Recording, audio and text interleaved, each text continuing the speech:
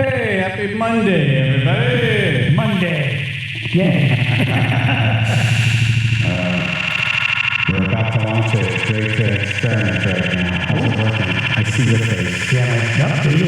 So this is a couple of lines first. UConn men, Final Four. Yep.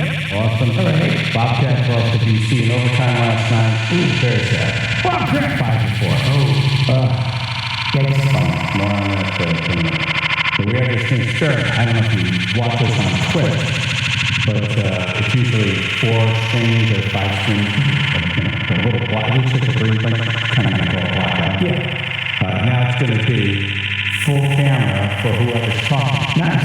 And Keith is not boss Keith, but Nozzle. No.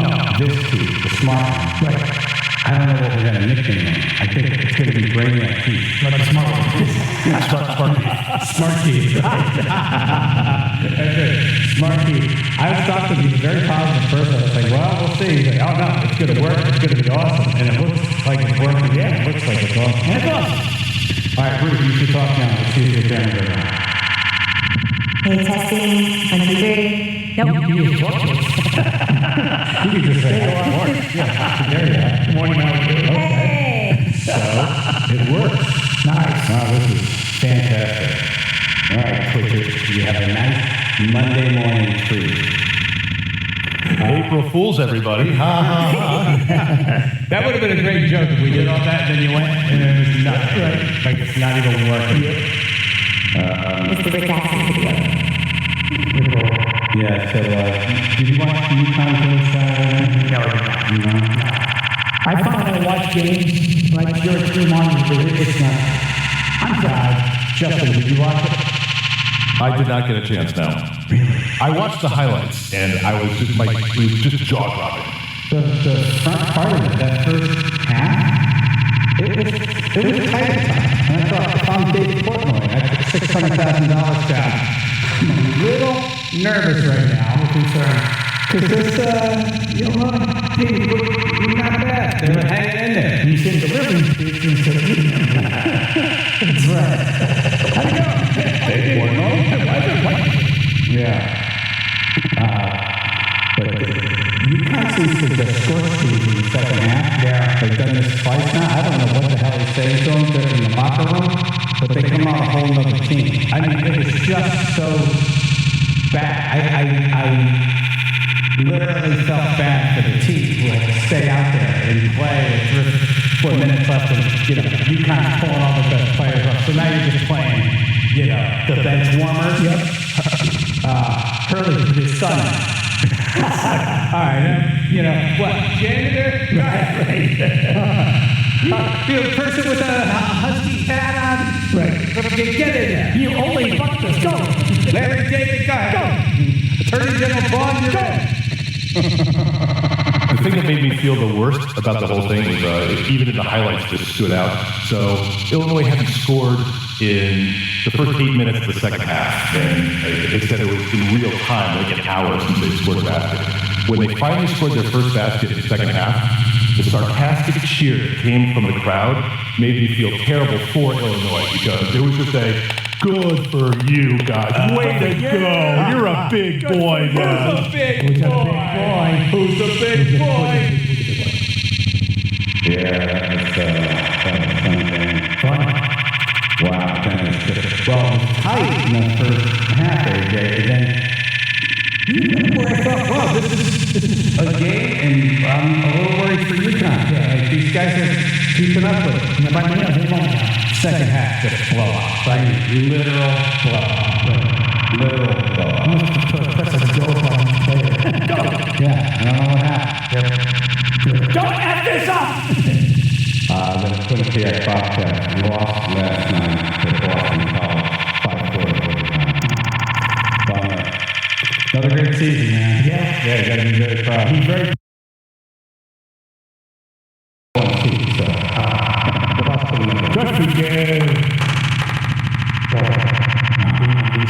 Oh, tough loss.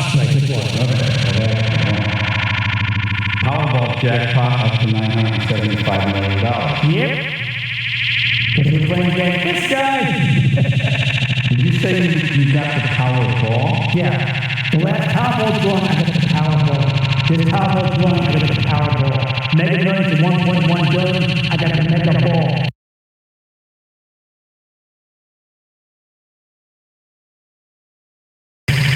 Wow. Yeah, so the game the ball, I got 3 balls. No jackpot. You got 3 balls? 3 balls, yeah, kind of that works. Yeah. The fourth ball was. But you win money getting the ball, don't you? Yeah, with no multiplier, I'm doing multiplier. That's $4 per Powerball, $2 for Mega. So I got $10 coming in, I'm just going to go on. Where are you going to spend all those winning? I won't even leave the count. I got trading. We have 5 Powerballs. It's easy.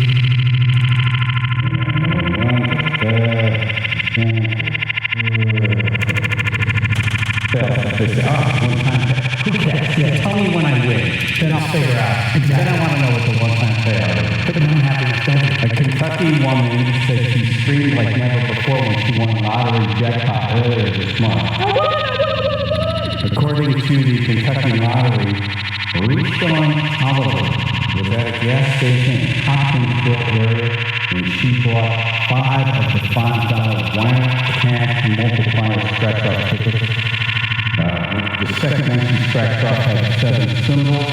And then you have to scratch how much is that worth. It was worth $90,000. She, quote, I screamed like I never hollered that loud before. She told lottery officials that her son and boyfriend were in the other room, didn't know what was happening. They were like, are you okay? I said, I needed to calm down. I was lost for a minute. Okay? Tolliver ended up receiving a check for $64,000. Okay? She said she quit her job. For $64,000. Now, what was his job? Pretty bad. Will you pick her up? I don't think she's trying to say, like, I'm done working for the rest of my life. It's like, I didn't like that job, and now I have the cushion to leave. Okay, she's doing that. Yeah. Then $500 for it. $64,000 will not get you for the rest of your life, the rest of 95 years old. Exactly. It's for stress. Yeah. That's what you're in Connecticut. Louis Gossett Jr. died Friday. We knew this at the end of the show Friday, but we didn't get too deep into it. Yeah. I remember him an officer in the general. Yeah, that one's good. Yeah. He also has one, the alien one, where he was a big alien, and he told the guy, I need you to go to There was some space alien movie where he was a space alien, but some like American trapped on this planet, and this space alien for the week, Gossett Jr., also trapped on the planet, and they become friends and work with the more enemies because they just need company. Oh, wow. And they showed one of those, I watched the movie, it's from the trailer. Enemy Mine. That was Enemy Mine. He goes, I need you to talk to someone. Then they gave him this stupid, like, almost like the crab from It's funny how those weird lines just stick in your head. Yeah, but yeah, that stupid accent was just like a crab from Little Mermaid. With a Jamaican accent. Chaz and AJ. Enemy Mine. Yep. Thank you. Appreciate it. He's 87. He was the first black man to win the Best Supporting Actor Oscar for his role in 1982 in Officer in Jack. Cool. What scene are we playing? This is the scene where he's trying to quit now, Mayo. Listen, stop eyeballing me, boy. I done some checking. I looked through your files. I know about your mama. I know your father's an alcoholic. I've tried, sir. Just polished up your afternoon bit. You just shined it up. I want your DOR. No, sir. I want your DOR. I ain't gonna quit. You're out. Don't you do it! I got nowhere else to go! It was beautiful at the moment, now it's so stupid. I said, nowhere else to go. Wayne's World 2, when they were doing it with Chris Farley. To cup him up to be a security for his contract. I got no place, no. What do you think of that? Thursday night commemorated Billy Joel's 100th concert in his Madison Square Garden residency. Wow. And they've all been sold out, right? Yeah. To celebrate, Jerry Seinfeld joined him on stage to pay tribute to the piano. I don't even think he can understand how much his music means to us, being from where we are.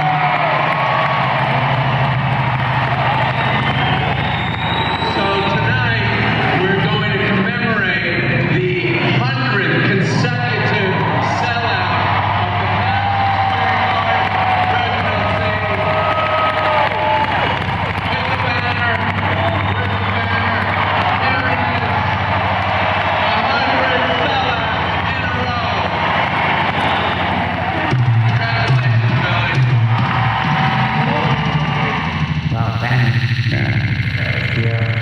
Billy Joel's got more banners and MSGs than the Knicks do now. And it makes sense. Yeah. I'm still waiting to get my notification from, Your tickets? tickets. Oh. So, Convert that. Happy birthday. How about if we just stand outside and listen?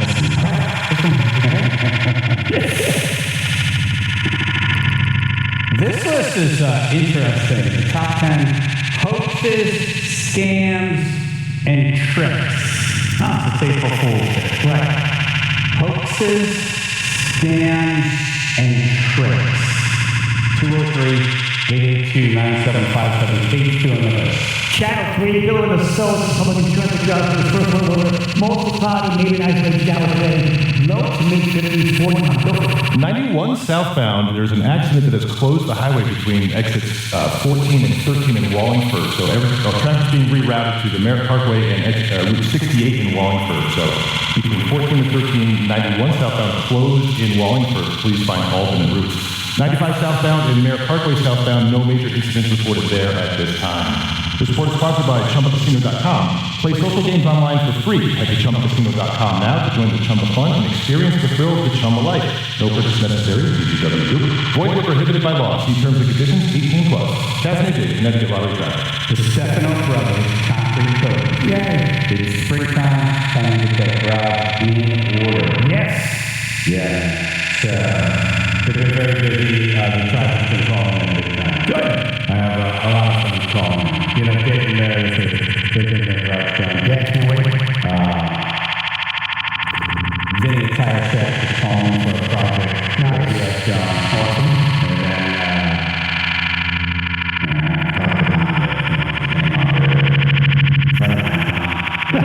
Be a lot of dons out there. it's a lot of done. A lot of dons. So we can big construction down. Right, that's what I'm done. Yeah, these kind of people. Like, you know, when big construction people call these guys, It's quality. what is it called? Legit. So, they did my floor. It was, Drew that came over to explain how it worked. Very, very impressed. And then they came and did it exactly how it was done. Wow. And that garage was, beautiful. Still shining. No one was expecting from really help. 860-608-7167. 860-608-7167. And visit dbconcretecoatings.com. That's dbconcretecoatings.com. 4 times stronger than epoxy and crazy good lifetime warranty. Nice. And the warranty just keeps getting better. It's like, 2 lifetimes. We're going to go to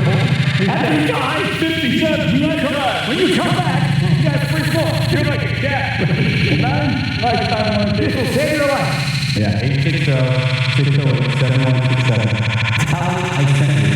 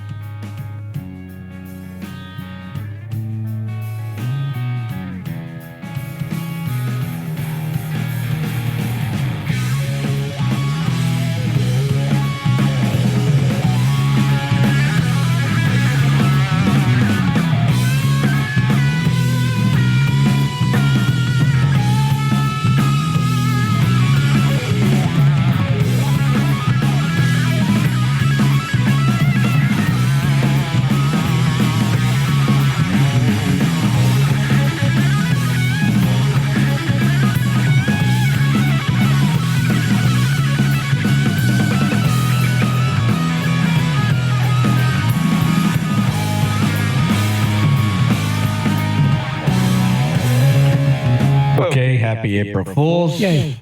Today we're doing top 10 hoaxes, scams, and tricks. Kate's doing the list. Good morning. Good morning. Morning. Paulingford. Morning. Morning, guys. Yo. Right. How about the fake lottery ticket? Like Christmas, you open it, they win $1 million, and on the back it's fake. That's a novelty trick. Oh. We're talking bigger. Okay. Yeah, like current events or world events. Right. Like made the news trick. Yeah, I'd say World of Scams that they were grandchildren. Thank you, Paulingford. Mike and Derby. Good morning, guys. Good morning. What's up? How about the African prince? You send him 100 and he'll send you $1 million. That's a great one. Hey, I sent that money. You're still waiting. I'm still waiting. He says in customs right now. Not on the list, but that's a good one. That is a good one. Yep. I should have put on the list. Damn it. Should have been. All right. Hold on, I'm writing that one down. Yeah. The Nigerian prince. Is it Nigerian? Yes, Nigerian. 15 million or something Not like African. that. Yes. And you got to give him like a certain amount of money, I guess, for customs or something like that. Yeah. Man, you know what would be fascinating? The statistic on how much money that scam brought in. Right. Who fell for it? It must work. He keeps doing it. Brain. Morning, ladies and gentlemen. Morning, Kate. Morning. Fools. I'm going to go with the fake check sent in the mail, and you try to cash them, and then you're responsible for it. It's made the news again. People are doing it. No. That's not on the list. I didn't think about the things that are happening right now to people, but that's a good one. That's a bad one. Yeah, they just talked about it last week, about it. Who's they? The news, $500,000 check sent to your house. People trying to cash it. It goes through, and then once it bounces, you're liable for it. Really? Don't you ever think maybe this is a little too good to be true? Hang on a second. Wait. Yeah. Let me write this down. Don't take some time. Don't go to. I'm free today. I don't have to go to the bank. All right, Brain. Thank you. All right, later. Yeah. All right, we're going to give you an example. All right, we're doing top 10 hoaxes, scams, and tricks. Right. What about number 7, Bodie McBoatface? Yep. My favorite. I remember That's that my one. favorite. Yeah, in 2016, the British public was asked to name a new polar research ship, and they overwhelmingly voted for Bodie McBoatface, and it won the online poll. And I think that's the best story I've ever heard. I like that name. Bodie McBoatface. Yeah. So British. Could have been Dickie Dickface. That's true. You don't want to be Dickie McDickface. Here comes Bodie McBoatface again. Yeah, so think of things that have happened in the 80s and 90s and early 2000s that made the news that were scams or tricks or hoaxes. Okay. Randy on the road. Hey, good morning, guys. I'm Yep. going to go with Miss Cleo, man. Miss Cleo. Miss Cleo, Right. man. Yeah, she ended up getting the nail for fraud. If she was a real like psychic, She would have saw it coming. She would have saw it coming, right? No, but what do you mean? Like, you'd have to pick them all up then, right? All the psychics. There was something that she was doing that Probably not paying taxes. above and beyond. She had financial trouble, and then they popped her for it. I think that's what it was. Because I remember on the commercials it would say for entertainment purposes only. Right. That's kind of how they would get away with it. You and Miss Cleo. Remember that, Miss Cleo? That's what she talked Call about. me now. Hello, darling. You can Miss Cleo. I remember she used to come on like really late. I'd come home from the bars. I'm like wasted. I'm like, oh, Miss Cleo. Not on the list, but it's a great one. Hey, darling. Miss Cleo. Ken in Oxford. Get Oxford. Good morning. Hey. Hello. How about Bernie Madoff? No, that's not on the list. That's the scumbag list. That's interesting. That was a scam. Yeah. It was. A very popular one. Thank you. All right, thank you. Was that the sigh of thinking that you missed another good one? Yeah, there's so many. Well, there are so many. There are so many. Yeah. It was hard to narrow it down. Yeah. John in Wallingford. Hey, good morning, guys. Good morning. How about Orson Welles' War of the Worlds? Yes, that was number 1. Yeah, right. Yeah. Yeah. We're not mocking you. No, of course not. No. So Kate, explain that one.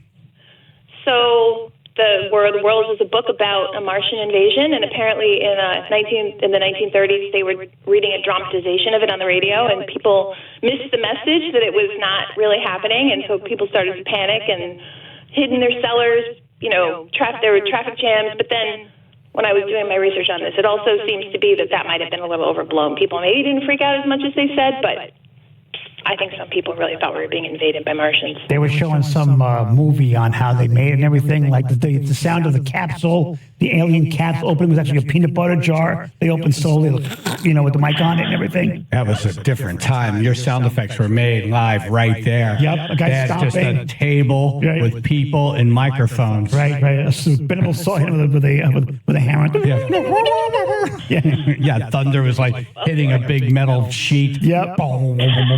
Yeah, Frank Reddick, who played the reporter on the ground as aliens emerged from the ship, decided to mimic his panic reporting of the audio from the Hindenburg disaster. It was the same guy from the Hindenburg that did the panic. Oh, is that right? Yeah.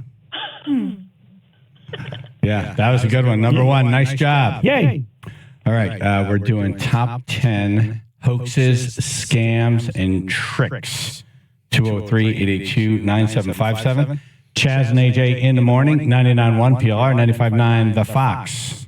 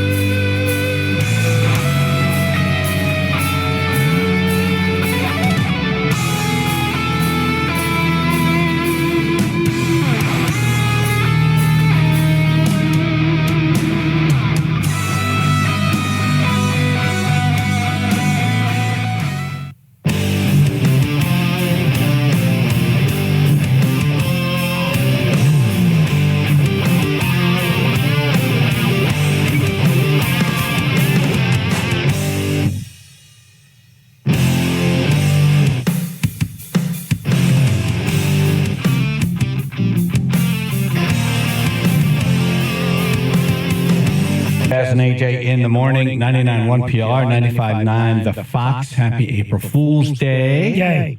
We are doing the top 10 hoaxes, scams, and tricks. Kate's doing the list. What do we get so far? We got number 7, Bodie McBoatface, and number 1, the War of the Worlds hysteria.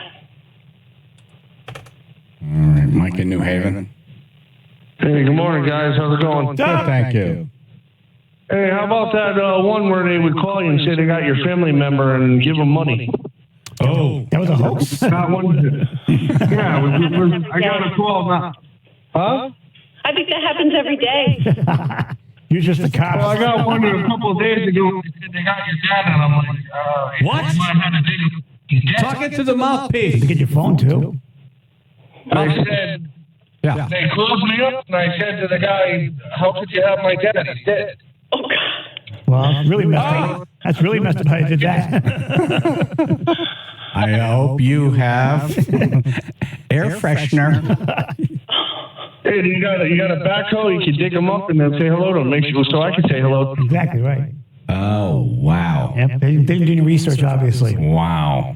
Yeah, no, it was kind of crazy, and I laughed about it, and then I hung up, and they called me back again, and they must have thought I was joking. I'm like, no, I'm not. He's dead. Right. He said, we need to know who's alive. All right, have a good day, guys. Thanks so much. That's wild that they would call back. That's ballsy, really. That's stupid. I've had a scammer call back. Yeah. What was the scam? They wanted to commandeer my computer. They told me they were tech support. And I'm like, I'm tech support. You're not tech support. And they didn't like that. I don't know, sheriff's department, something about being evicted. They kept calling. I'm like, you're fooling me, you bitch. That's great.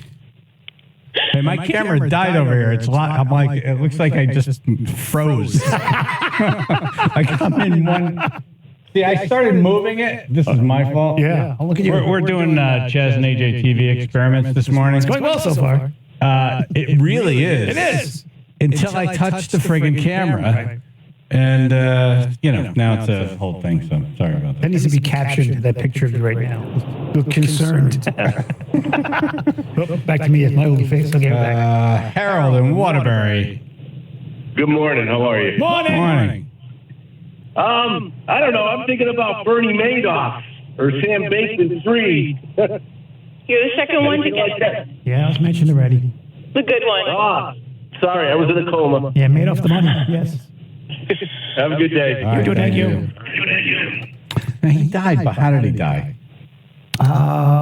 He's behind bars. He wasn't beaten to death, was he? I don't think so, no. I think he just died Like cancer or something? Something like that, yeah. Let me see. Oh, he got a lot of people. Right. Like ruined lives. Should have been on the list. Should we drop another hint so people understand what we're doing? Yeah. Let's, what about the rock music backmasking? Yeah, so that was, if you remember in the 80s and 90s, especially if you had parents like mine, all the devil music, if you played it backwards, would be sound messages, a lot of rock and heavy metal music. Right. Do you remember any of the bands that they claimed had messages, satanic messages when played backwards? No. There was one metal band. There was Motley Crue that had, if you play it backwards, says don't mess with things you don't understand. Yeah. One of the songs they had. Oh, is that right? I think Judas Priest, too. Was Priest, yeah. Right. Yep. Ozzy was supposed to have some sort of masking. Yeah. But even the Beatles had the Paul is dead. Right. Yeah, very Paul. That was real, though. Yeah. If you turn that, have you done it? No, I never did. If you do it. I think I tried to do it. I think I rewound a tape. Now I'm aging myself. I'm pretty sure I tried it, and it was just noise. I did it also. We went. No, No.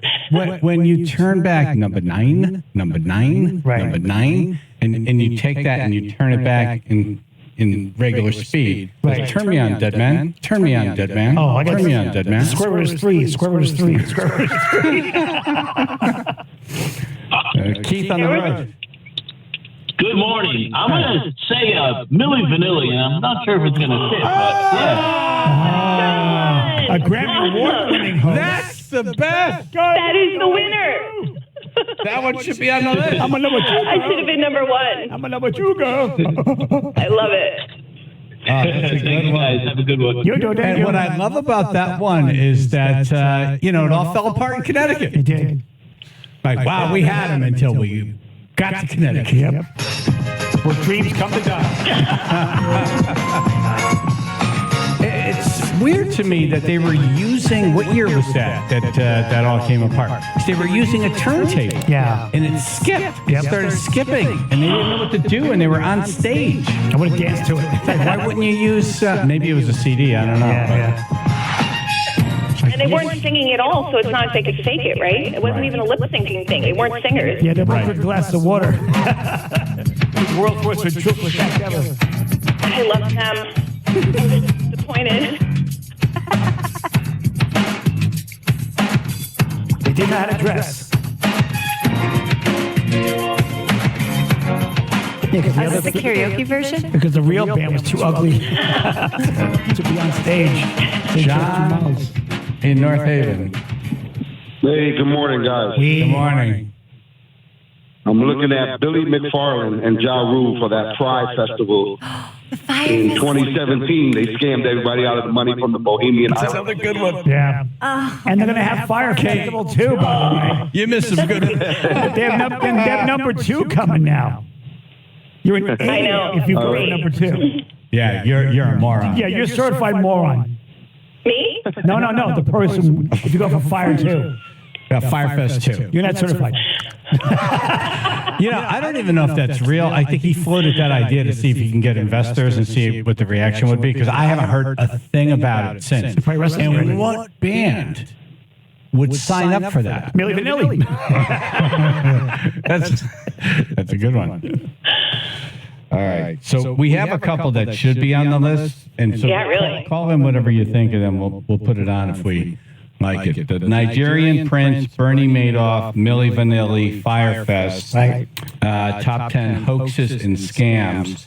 What's really on the list that's been identified is War of the Worlds, Bodie McBoatface, and rock music backmasking. Mike in New Haven. Good morning, everybody. Hello. I like the one that Payless Shoes did, where they dressed up a store to be all fancy, and it was just Payless Shoes.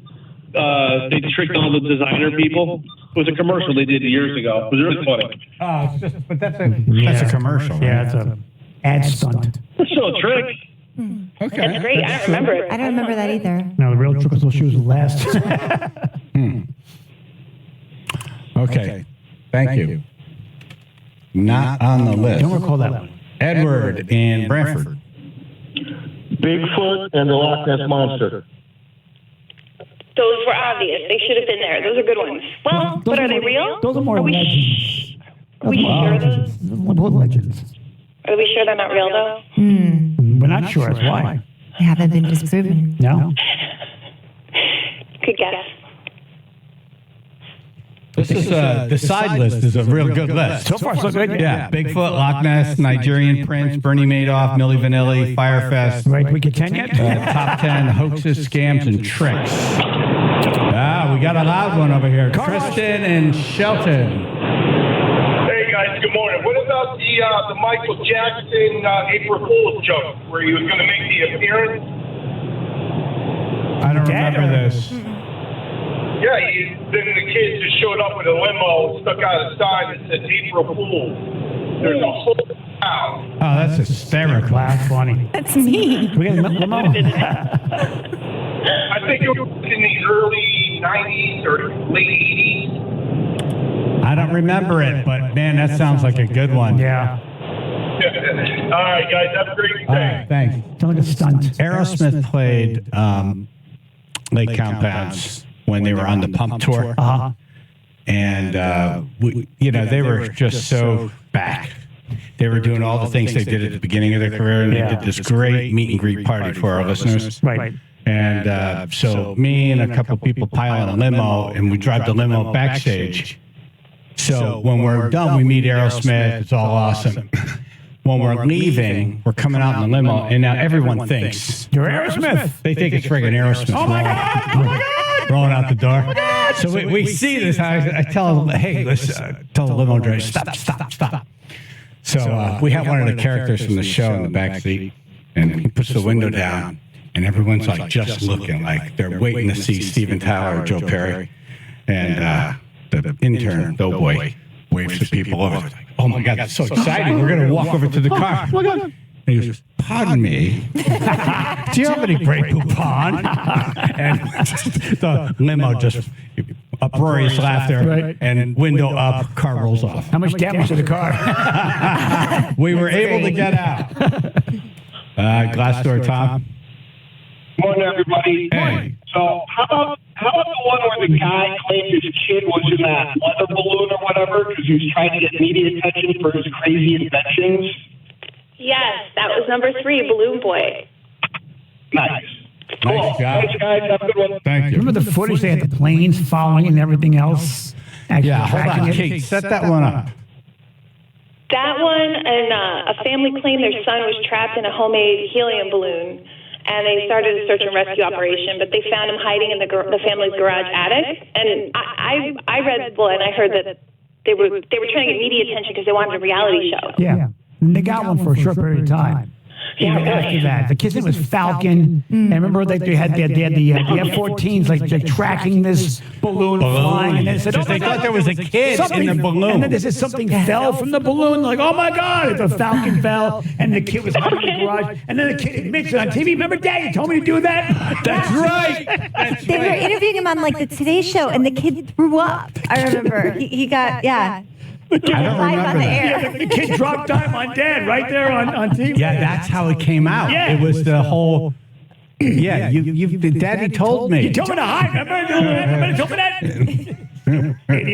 Because they were trying to play it off. It's like, oh, this kids being kids playing pranks. He climbed in. Oh my God. Yeah, Falcon the Informer. Let's do one more. Dan and Clinton. Hey, Dan. Dan! Hey. No, I have Yeah, okay. On your phone. Sorry, Dan, you had a bad connection. John in the truck. Hey, good morning. Hey. Morning. How about the Russian dossier? Oh. That was. I can't spell dossier. Yeah. Why it's not on the list. All right. That is a big hoax. Yeah. It was. We can't spell it. All right, let's wrap it up. You want me to read them off? Yes, please. Okay, 10 is the Piltdown Man at the scientific hoax from 1912, where bone fragments were presented as fossilized remains of early humans, and that fooled people for 40 years. Number 9 is spaghetti trees. The BBC in 1957 did an April Fool's hoax where they convinced people that spaghetti was growing from trees, and people were actually calling into the radio trying to find out how to plant one. Number 8 was the hanging munchkin of the Wizard of Oz. In the 80s and 90s, people would think that they were seeing things in movies, like a munchkin actor hanging from the background of the scene. Yep. And also, 3 Men and a Baby, people thought there was a ghostly figure appearing in the background. So that's what happened. Right. Yes. Yep. 7 is boat face. 6 is rock music backmasking, which we talked about. 5 is Lonely Girl 15, which is a series of vlogs on YouTube that were presented as real life, but it was really scripted production. Did anybody read those? No. I'm a dude. Blair Witch Project. I don't know about you, but I kept hearing people falling for that, thinking it was a real documentary, and they did market it to be a real documentary. A lot of people fell for it. That was number 4. Number 3 is Balloon Boy. Number 2 is crop circles. In the 80s, 70s, and 80s, the crop circles would appear overnight in farmers' fields. And then we have number 1, War of the Worlds. Awesome. Nice job, Kate. Thank you. Yeah. Thank you.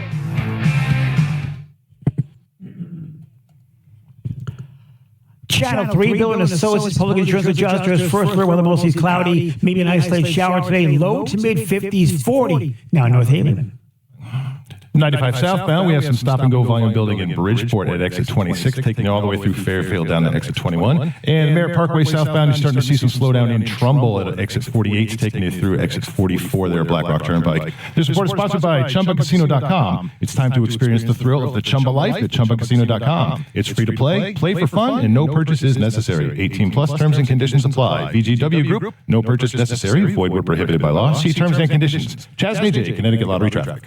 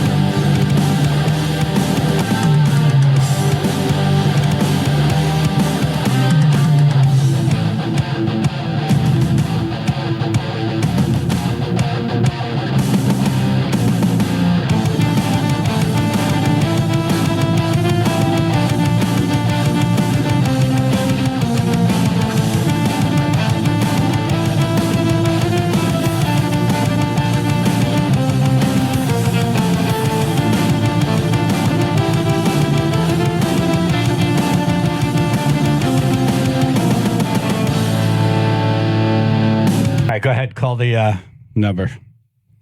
We'll do it live on the air. Put it on hold as soon as you... Chaz and AJ in the morning, 99.1 PLR, 95.9, the Fox. Calling my mother-in-law. Oh. We had a nice time Easter Sunday, Auntie Barbara's house yesterday. Oh, my God. Anthony made that lemon cake. Oh, the best cake ever. I had probably 80 million calories yesterday. Nice. I just don't know. When am I ever going to get skinnier again? I can't help it. This food, it just makes its way into my mouth. If they could stop cooking so good, you could. It's a problem. Yeah, if you could cook like Sucky, it'd be great. Yeah. No answer? What's happening?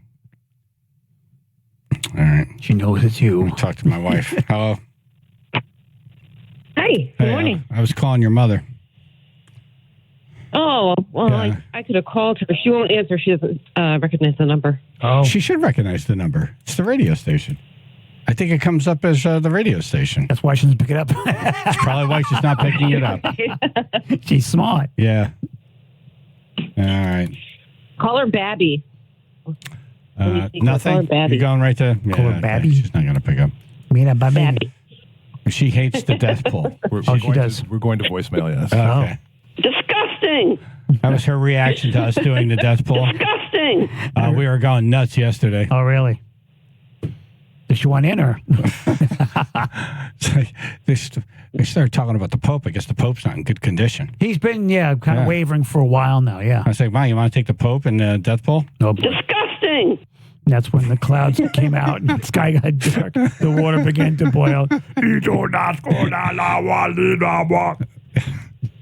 I said to my mom, Mom, what if we, or did Chaz say it? We said we should pick somebody for you. And I said, Mom, that means you'd get $100. She's like, if I ever won anything, I would never take that money. Can I have it? Do you feel good winning that money, spending that money? What if you took that money and bought a lottery ticket and hit $1.1 billion? Would you still not want it? Disgusting. It's a gift. We're not hoping the person will die. We're just saying in this celebrity life, the next one will probably be this one. Right. And usually when we pick somebody, they live forever. I lost a lot of money on Bob Barker. Oh, yeah. John's like a boy, too. Yeah. All right. Well, and then there was, yesterday I mentioned that I'd seen a picture of Gene Hackman online over the weekend, and he looked really, really frail. And I said, Chaz, I probably should change my guess. I'm so mad. Nothing you saw ice cake up. All right, I got to go.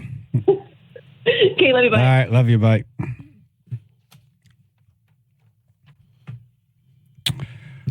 Are there any teams that UConn should fear? I mean, they get the game Saturday, and then, they're going to go into the final. Anyone in that mix that they should fear? Joe's Own Channel 3 up next. And also a guy whose face was all over the TV during the UConn game. Also on the phone next. Channel 3, Bill and Associates, public insurance adjusters. First alert weather, mostly cloudy. Maybe an isolated shower. Low to mid-50s. 40 now in Bethany. 95 southbound, we have some volume building stop and go slowly through Fairfield County. Exit 24 Black Rock Turnpike taking you all the way down through Norwalk, where it's especially heavy exit 16 through exit 13 there. And the Merritt Parkway southbound, we have some heavy stop and go volume as well in Trumbull starting at exit 47, taking it down to exit 44 there as well. This report is sponsored by ChumbaCasino.com. Play social games online for free. Head to ChumbaCasino.com now to join the Chumba fun and experience the thrill of the Chumba life. No purchase necessary. VGW Group. Void where prohibited by law. See terms and conditions 18+. Chaz and AJ, Connecticut Lottery Traffic.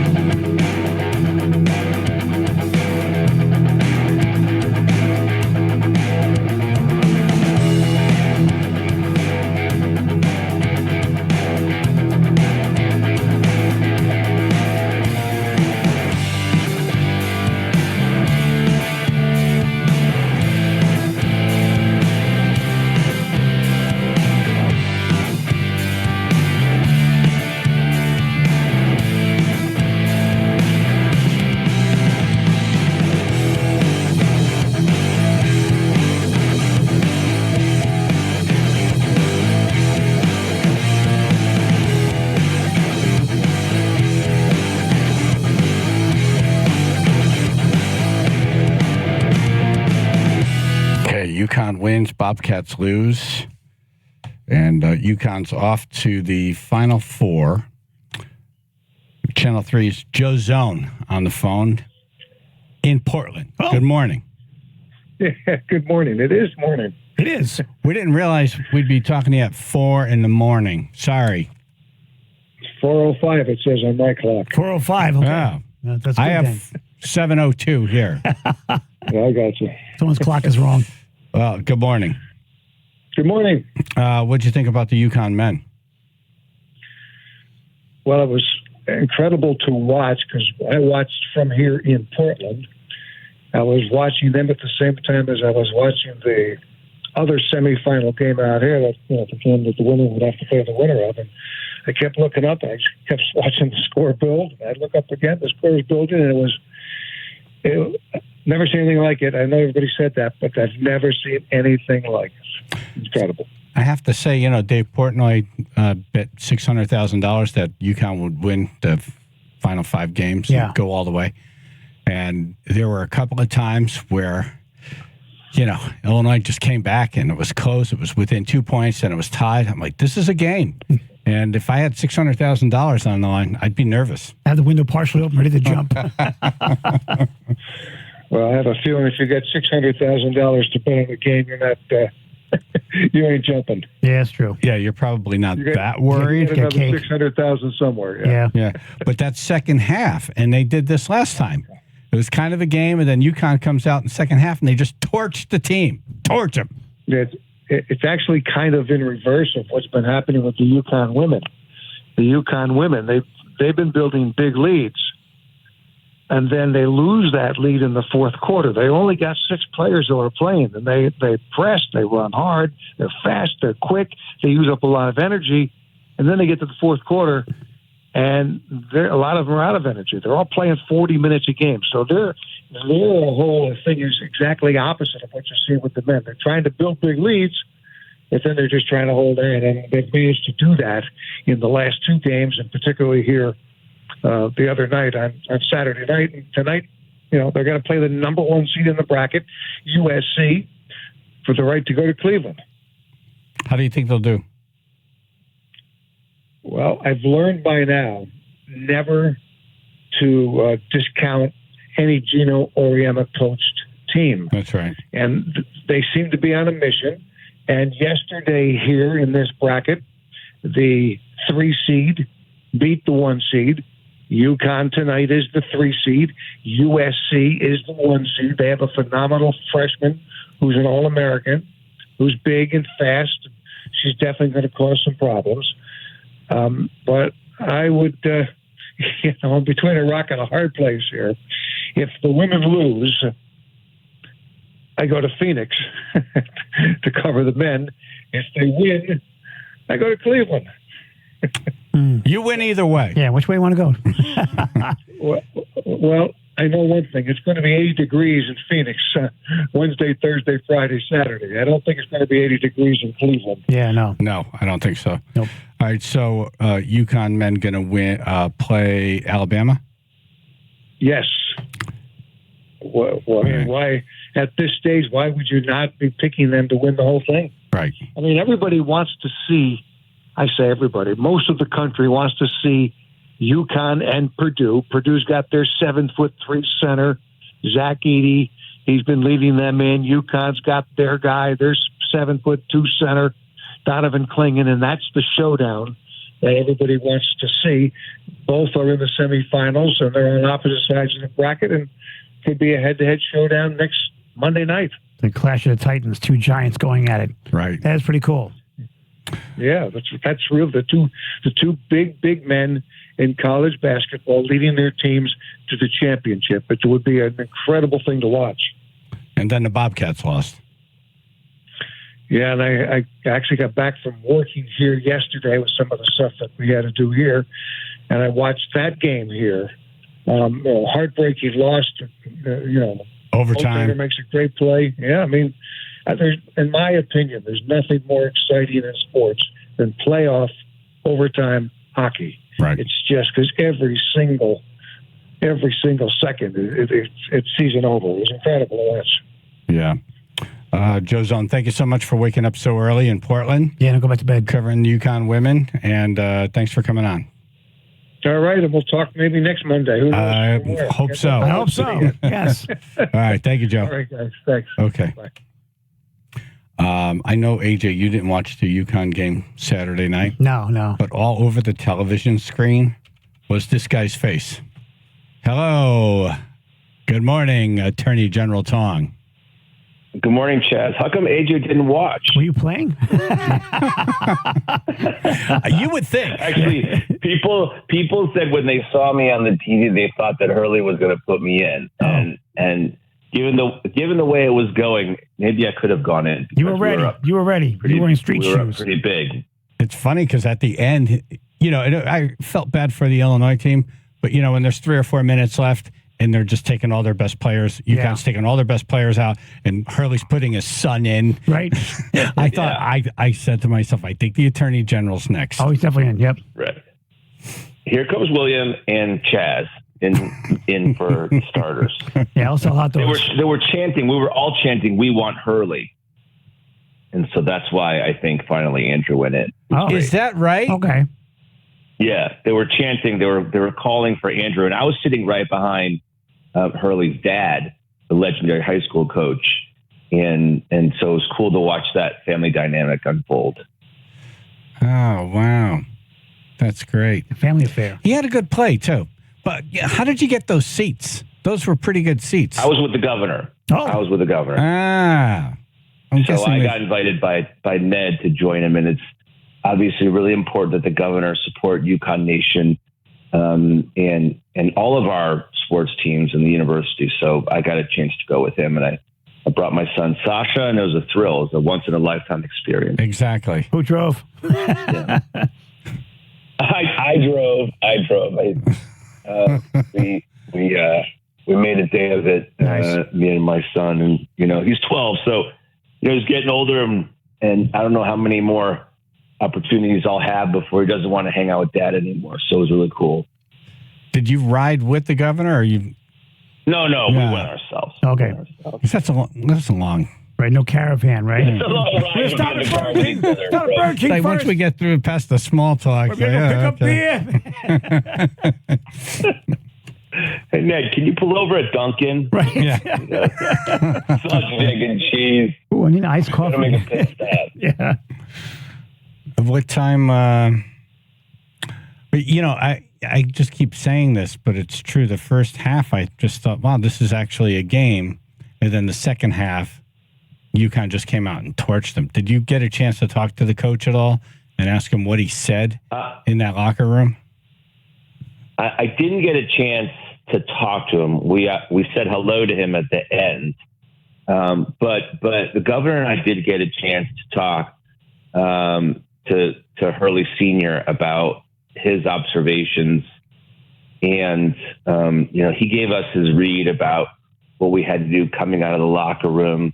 Which players we had to shut down and focus on. We were giving too much inside early on and what Illinois, I can't remember all the players' names on the Illinois team, but they were really killing us inside and then kicking it out, right, for jumpers and for threes. And so talked about how we had to deal with that. And obviously, Danny Hurley said something to that team because it's hard to explain how on fire they were when they came out of that locker room. Going on that 30-0 run, they played so fast.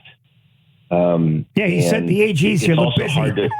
Yeah, the Attorney General's here. Do something. Busy. Right. And it's hard to explain how fast Cam Spencer plays, but he plays so fast, and his motor, he's going 200 miles an hour all the time. And you just saw it unfold right before your eyes, 30-0 run, and that was it. Isn't that speeding? No. I was just thinking. Well beyond speeding. Attorney General Tong is on. He was at the UConn game Saturday with the governor. I'm wondering, did you ask the governor, were you the first one he asked, or did he work his way down the line? Did he ask the lieutenant governor and his wife? Cut the lawn. No, she was there. Annie was there. Oh, okay. Annie was there. So I don't rate above family for sure, but I don't ask those questions. That's pretty good. First choice. What is that? That says he likes you. Yeah, a lot. He likes spending time with you. Well, all I know is so at the half, I was a little hungry, as I get, as you know, as the tribe knows. I like to eat. You like to eat. So, right. So I get up and I say, Ned, you want something? And he goes, no, maybe just, when you open your Kit Kats, I'll take some. Great. Yeah. So see, I don't like that. I don't share Kit Kats. No, you can't. Yeah, you either want something or you don't. Right. My wife does this. So you want dessert? No, I'll have a bite of yours. No, you won't have a bite of mine. No, I'm ordering. Exactly right. Yeah, I'm going to lick it first before I come back here. Yeah. Early on and Mrs. Tong is upstairs right now getting ready for work. Early on when we were dating, I went out during law school with my wife, my then new girlfriend, and we went to Burger King. And I order a meal, right, with fries. Of course. And I say, what do you want? She goes, I'll just have a sandwich. So we sit down. I'm eating my meal. She's having her sandwich, and she starts eating my fries. Oh, no. And I'm like, Liz, what's up? Like, why are you eating my fries? You hit with a subpoena? I spaced out the fries. Well, she's a lawyer too. So I spaced out the fries, to last me throughout the sandwich. Yeah. Right? To get me from the beginning of the sandwich to the end. Right. And you're messing up my fry rhythm. Yeah, the whole ratio's done. About it. Yeah. It almost ended right there. Right. So she still eats your fries, right? Yeah, she still eats my fries. That's right. Which is fine now because I can't eat that many fries. Well, once you get an onion ring, you're good. And so we go out. I get a foot-long hot dog, and I get nachos for Sasha. Okay. And we sit down, and my son is sitting next to the governor, and we're watching the game, and the governor starts sharing Sasha's nachos with him, which is cool, But Sasha gives me that look like, hey, what's up? Why are you eating my nachos? Yeah. He was taking a percentage, like a cut. That's right. And I was like, I just kept giving my 12-year-old that look. Just let him have the nachos. Right. You know. Yeah. You like these don't seats? Don't give the governor any trouble about the nachos. Right. You're gonna mess up Dirty's gig. Knock it off. You like this seat? Right. Good. Just let him eat the nachos. Did you see Larry David? They made a big thing about Larry David. They put him up on the screen or whatever, and he looked miserable. But to me, that's Larry David. That's when he's happy. Yeah. Was he sitting around your area? I didn't see him, but we have Bill Murray on our side, as you know. I saw that. So, yeah, and that was cool because he's Luke Murray's dad, and Luke Murray is like the analytics and strategic genius on the coaching staff. But I didn't see Larry David, but there's a lot of chatter about Larry David and how much trash he was talking about UConn. So people are they're pretty unhappy with Larry David, honestly. He was not being good to Dan Hurley, and we were not good with that. Wow, I didn't realize that. Huh. Still in Cribb's enthusiasm. So good. Now I'm glad he went home miserable. See? Right, exactly. That's even more miserable than usual. Right. No nachos for you. All right. Did you have a nice Easter? We had a beautiful Easter. I did some. Easter is a day to be a good husband, so I did. It's a big holiday in our family, and it means a lot to Liz. So I did a lot of yard work for Liz, and she made a leg of lamb, and she was great, and invited my parents and my sister over. So we had a nice dinner last night. She made me deviled eggs. Oh, love deviled eggs. Love deviled eggs. Every guy likes deviled eggs. It's dude food. It's dude food, but you always, halfway through the meal, you're counting. How many of those did I eat? Right. Where am I sleeping tonight? Exactly. I didn't get a chance to ask you about AT&T and that data breach. Is that something we want to talk about later this week? Yeah, we could talk about it later this week. Data breaches are a big deal. There's another huge data breach that I'm focused on, the Change Healthcare data breach, which has impacted medical billing for half of medical billing in this country. It's really slowed down the ability. Not that we want medical bills, and maybe it's not a bad thing if we slow down the medical billing a little bit, but it's paralyzing healthcare systems and hospitals and doctor's office, and it's crushing healthcare at the moment. So and all of our information is out there. Yeah, scary. Great. Yeah. All right, I'll check back in with you because I want to know. I have questions about both. So. Yeah. Okay. All right, Attorney General Tong. Thank you, sir. Thank you, guys. Talk to you soon. Have a good day. Soon. You too. All right, coming up in Dumbass News. Don't film yourself if you're about to die. Channel 3, Bill Minnesota's public insurance adjusters. First alert weather, mostly cloudy, maybe an isolated shower, low to mid-50s, 40 now in Cheshire. 95 southbound, we have some volume building up through Southport and some heavy stop and go in Norwalk starting at exit 16, taking it down through exit 13. Merritt Parkway southbound as well. We have volume building throughout Fairfield, so starting at exit 46 down to 44 and continuing through Westport and Norwalk down to exit 38 there as well. The support is sponsored by ChumbaCasino.com. Introducing Chumba Casino, the thrilling online social casino that's free to play. Head on over to ChumbaCasino.com now to join in on the fun. No purchase necessary. VGW Group. Void where prohibited by law. See terms and conditions. 18+. Chaz and AJ, Connecticut Lottery Traffic. So I was in another real estate bidding war over the weekend. Okay. Yeah. And started out with like 7 and got down to 2, and I was one of the 2. Nice. And I went $20,000 over the number I thought was a good number for me. Right. Because I'd be selling it. Yeah.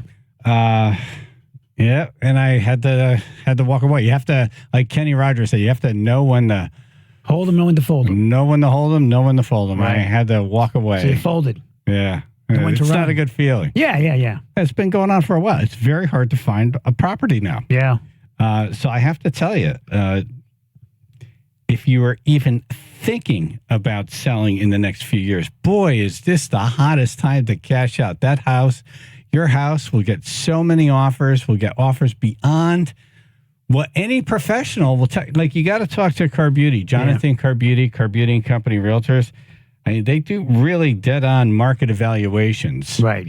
Because there's the statistics, but then there's the reality of what's happening. Yeah, especially with New York, people are moving here like crazy, and it's the spring market now. It's a very, very good time to find out what you might get for your house. Yeah, why not? Why wouldn't you do it? Exactly. Just have that number. It's called good business to know what you can get for that. Right. What's that asset worth right now? Yes.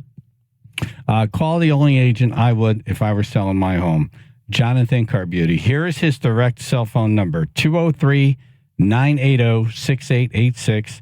That's 203-980-6886, or go to carbutyrealestate.com. That's carbutyrealestate.com.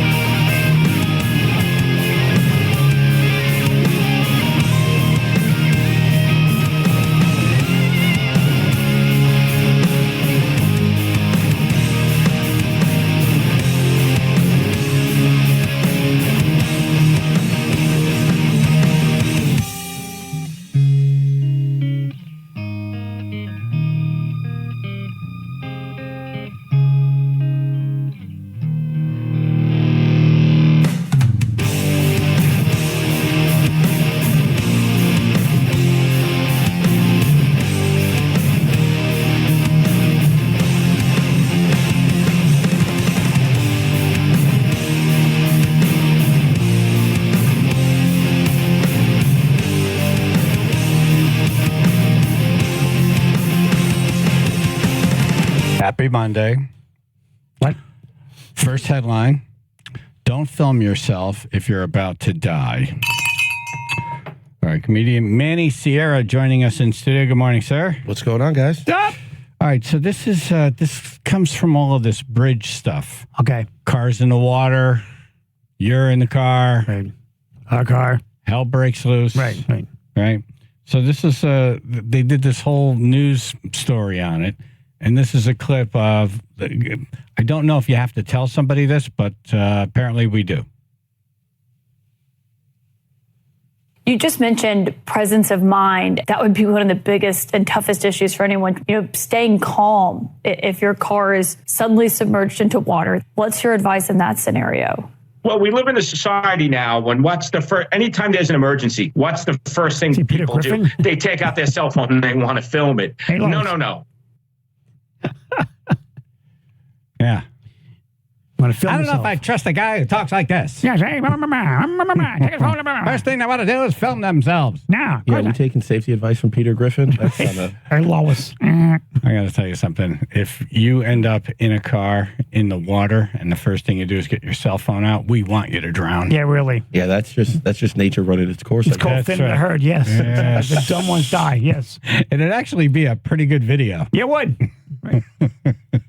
I would get the most views. Oh, yeah. Lots of likes. You're going to have to keep that phone in a bowl of rice afterwards because it's going to get wet. And yourself. And that, put yourself in a bowl of rice. This'll Will work. that help? This'll work. That would be a real commitment to content making. To your art, yes. If you're about to die and you think, I got to get this. Right. This will be my final moments. Right. My swan song. Not break the window and get myself out of here. Right. No. And the rest will be going, you're an idiot. Yeah. Thanks for showing us not to do. Boob. Yeah.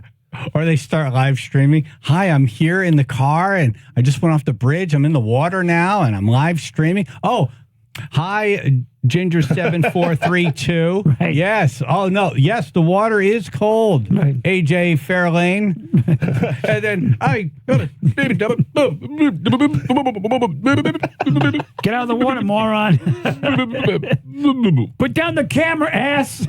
New TikTok challenge, everybody. See how fast you can break out of a car that's sinking underwater. Yes, Let's all while try it. filming yourself. This will not be a stunt or stupid, by the way. Oh. No, it will not. Actually, that's a good idea. Oh, hell no. How strong of a swimmer are you, AJ? None. He can't swim. Yeah, he's He's from Long Island. like a lead duck. Can't swim. The island never sank. American Airlines passenger berated cops, mocked their junk size, and then wet herself. All right. We can relate. American Airlines passenger was arrested for public intoxication after berating and hitting airline staff and mocking police officers about their salary, height, and junk size. Wow. She also happened to wet herself during the ordeal. Quite passionate. Here's the moment Angela Nicole Killian was finally arrested. You're under arrest for PI. Okay, now you're under arrest. Yeah. What did I do exactly? You're under arrest for public intoxication. What did I do? Stop! All right. Stop! We're trying to do this. I have a recording! Pieces of mediocre your life. You make yourself feel good making 60 grand a year. You feel good your wife with your 5-inch. Are you done yet? Yeah. Stand up. Okay, stand up. That got him, though. Oh, yeah. That got him. Are you done yet? Right. No, this is 5 inches. My taser. Taser. Like, what taser. are you talking to her now? Right. That got him. Oh, yeah. He didn't care about the 60 grand a year. He didn't care about why are you arresting. Yeah. Yep. The 5-inch penis. Well, A little too close. You done yet? Right. Oh, look, she fell going to the patrol car 17 times. She fell down the body stairs. cam went off. I don't know what happened there. She kept hitting herself with the car door. I handcuffed her to the bumper and forgot she was back there. Right. She could have yelled something. She'd be recording.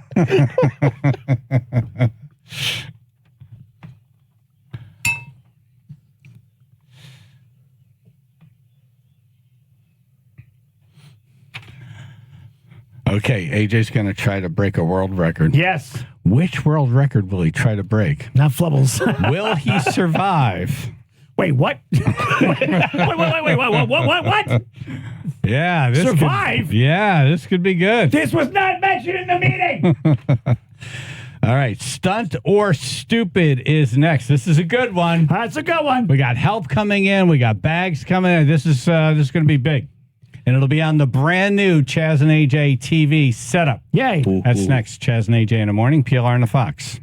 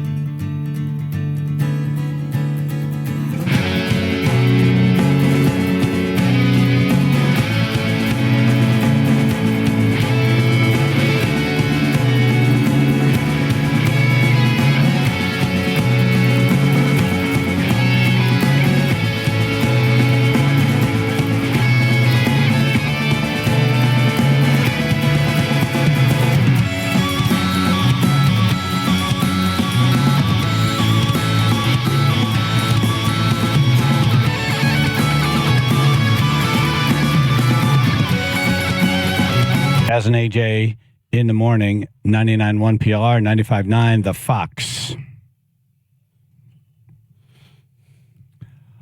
What's he going to do this week? This week, he's attempting to break a world record. Let's play some audio of the person who holds that record now.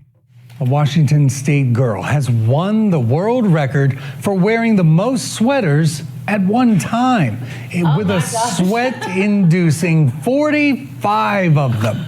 Sophia Hayden pulled on each sweater individually and had to pull each one to her waist before moving on to the next one to comply with the Guinness rules. They couldn't rip either. All the sweaters were donated to charity. By the way, oh my gosh. Ralphie's little brother. I can't put my arms down. In a Christmas Story, yeah. Well, that's what you're doing now. Look at Blueberry. She did. Yes. You're attempting to break the world record for most sweaters worn at one time. Something like 46 to beat her record.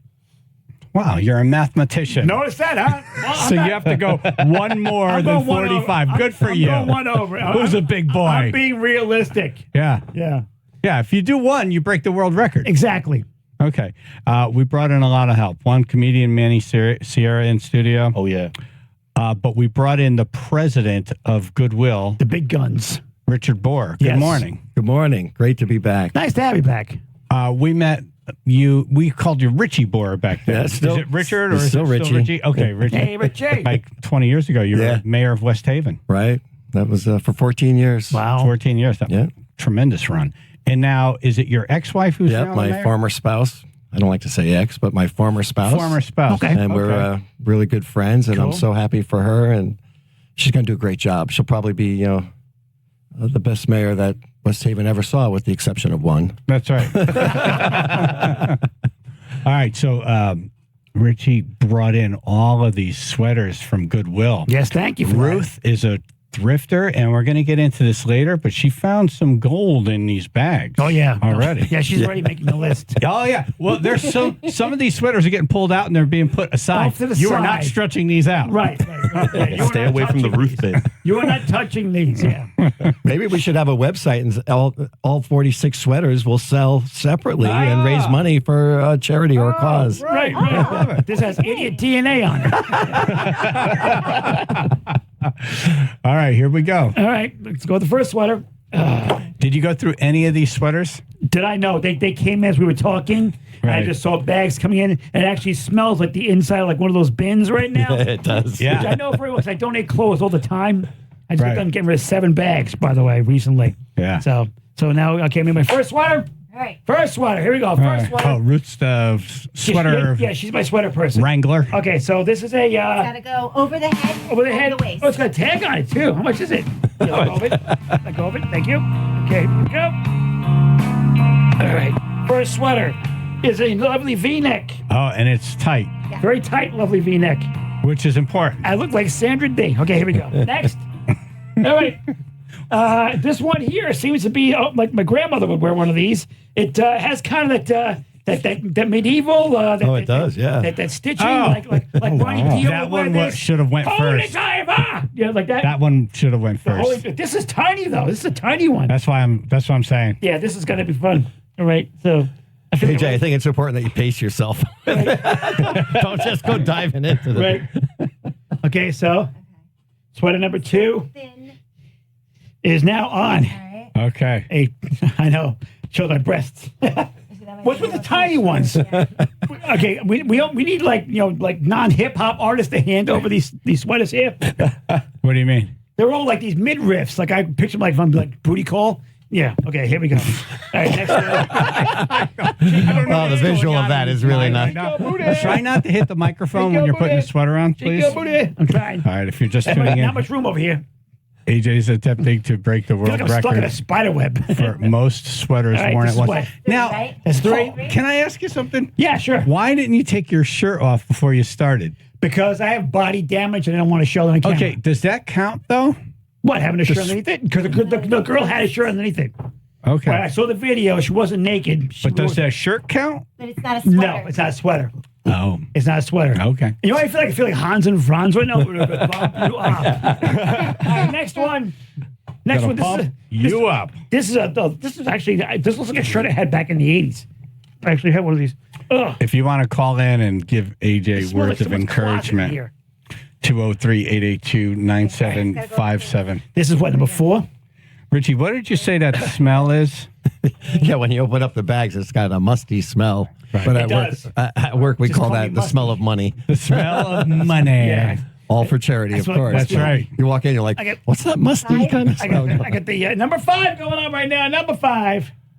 Number 5. Here we go. Wow. AJ's posture is going to be so great after this. Yeah. This was not. We should have put some girdle on you or something to pull you in. Put more shirts on you. Should have got a waist trainer for sure. You look like you're wearing a fat suit right now. Oh, trust me. I'm not, it doesn't look that way. I am a fat suit right now. Oh, wow. Okay, here we go. That one's getting tight. Yeah, they're all getting tight. It's starting to slow down. What are you on, 6? We need to go another size here. That was 5 right This is there. number 5. That was 5. That's 5? This is number 5, yes. You're in number trouble. 5 so far. Number 5. Here we go. Yeah. AJ attempting to break Yeah, the we need world to start going record to a different size here. We're moving up. for most sweaters worn. It's good we have an array of sizes here. What's that, man? It's good we have an array of sizes for them. Yeah. You giving me smalls earlier? You gotta keep them tight so you can get more on. This is number 6. Oh, what's that smell? Money. Smell of money. No, it smells like nail polish. Okay. You know, the fun part's when we get these damn things off. It's getting warm in here. You look so ridiculous right now. It's hysterical. It's really getting warm. I feel like a worm. Next. You're getting more and more Next, turtley number as we 7. go. Lucky number 7 is a black sweater. Looks like my mom owned. Okay, here we go. Black sweater time. This is funny because you look like you gained about 50 pounds in the last 5 minutes. How big was that Easter dinner anyway? All right, that sweater's big. Yes. Yeah. Feels good. That was nice and easy to go on. Save that for later. Yeah, that one should have been later on down the line. Okay. Like number 38. Okay, here we go. Oh, you know what? This looks kind of like the one I put number 3. Almost like the same one. So someone liked this blue pattern apparently. Must have been very popular in the area. And Ruth, you checked all these? We're not stretching out any No, cardigans? they're all fast fashion brands. Oh, okay. Right. That was AJ's That was 8. attempting. That was number 8. What was that, number 9? That was number 8. Number 8. That was number 8. Number 8. Number 8. I feel like a clothes rack right now. Number 9. You know, if you fall, you'll be fine, though. If right now I can take a direct hit from the truck. You might bounce right back up. This is like a no. What do we do? Just to avoid all open flame. This one here is like That one's tight. Stretch so I can get my hand in there. Yeah, this one's not gonna work. no. Okay. That one looks like it should have like a little teddy bear hood on that one, too. That's right. It's like fashion bug. Much better. Okay. Okay, this is like a carpet or some crap. This looks like a carpet I saw in an auto shop. Yeah. On the way in. Like AutoZone has this. What was that, 10? No, this is 9 because we didn't put the other one on. Oh. The other one didn't make it. Oh, here we go. All right, here we go. Holy cow. Oh. You wouldn't happen to have any like that button, would you? All right, so Yeah, we do. All right, we're going to go to a break, but just keep Okay. going. Keep going.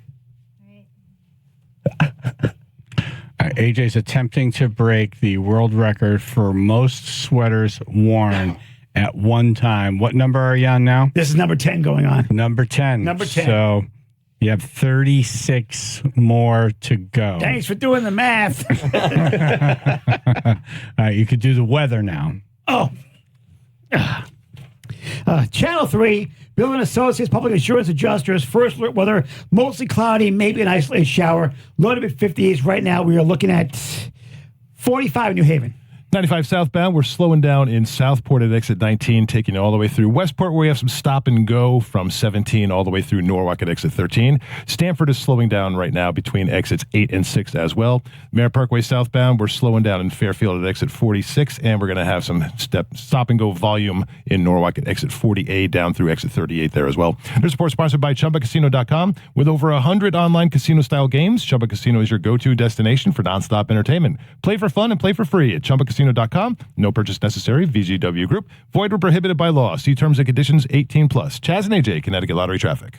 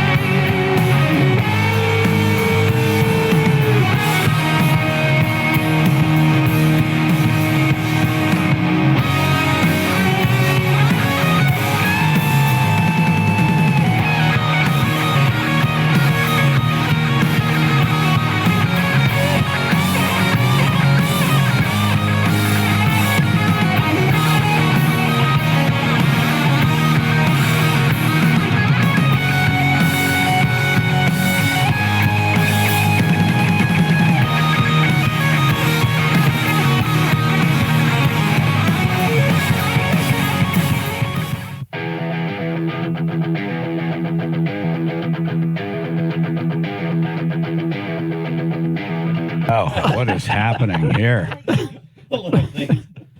What is that? What's going on over there? I feel like the rug department. Chaz and AJ in the morning, 99.1 PLR, 95.9 The Fox. Oh, here's a mess. AJ's attempting to break a world record. You can see it happening live now on the brand new Chaz and AJ Twitch deal there. Yeah, Chaz and AJ TV. Seconds. Show everybody. Hey, look at me, camera. Look at this over here. Hello. The camera thing. There we go. See? This is me. He looks like a roided up gingerbread man. Manny Sierra's in studio with us. Ruth is helping AJ now put these sweaters on. He's attempting to break the world record for most sweaters worn at one time. The record is 45. Okay. Richie Borer, CEO, president of Goodwill Industries in studio. I've lost trying to stretch these sweaters. I've lost use of my arms. I can't move my arms anymore. Physically, I cannot move anymore. I'm like, just put it on me because I can't move anymore. What number are we on? That was 15. 14?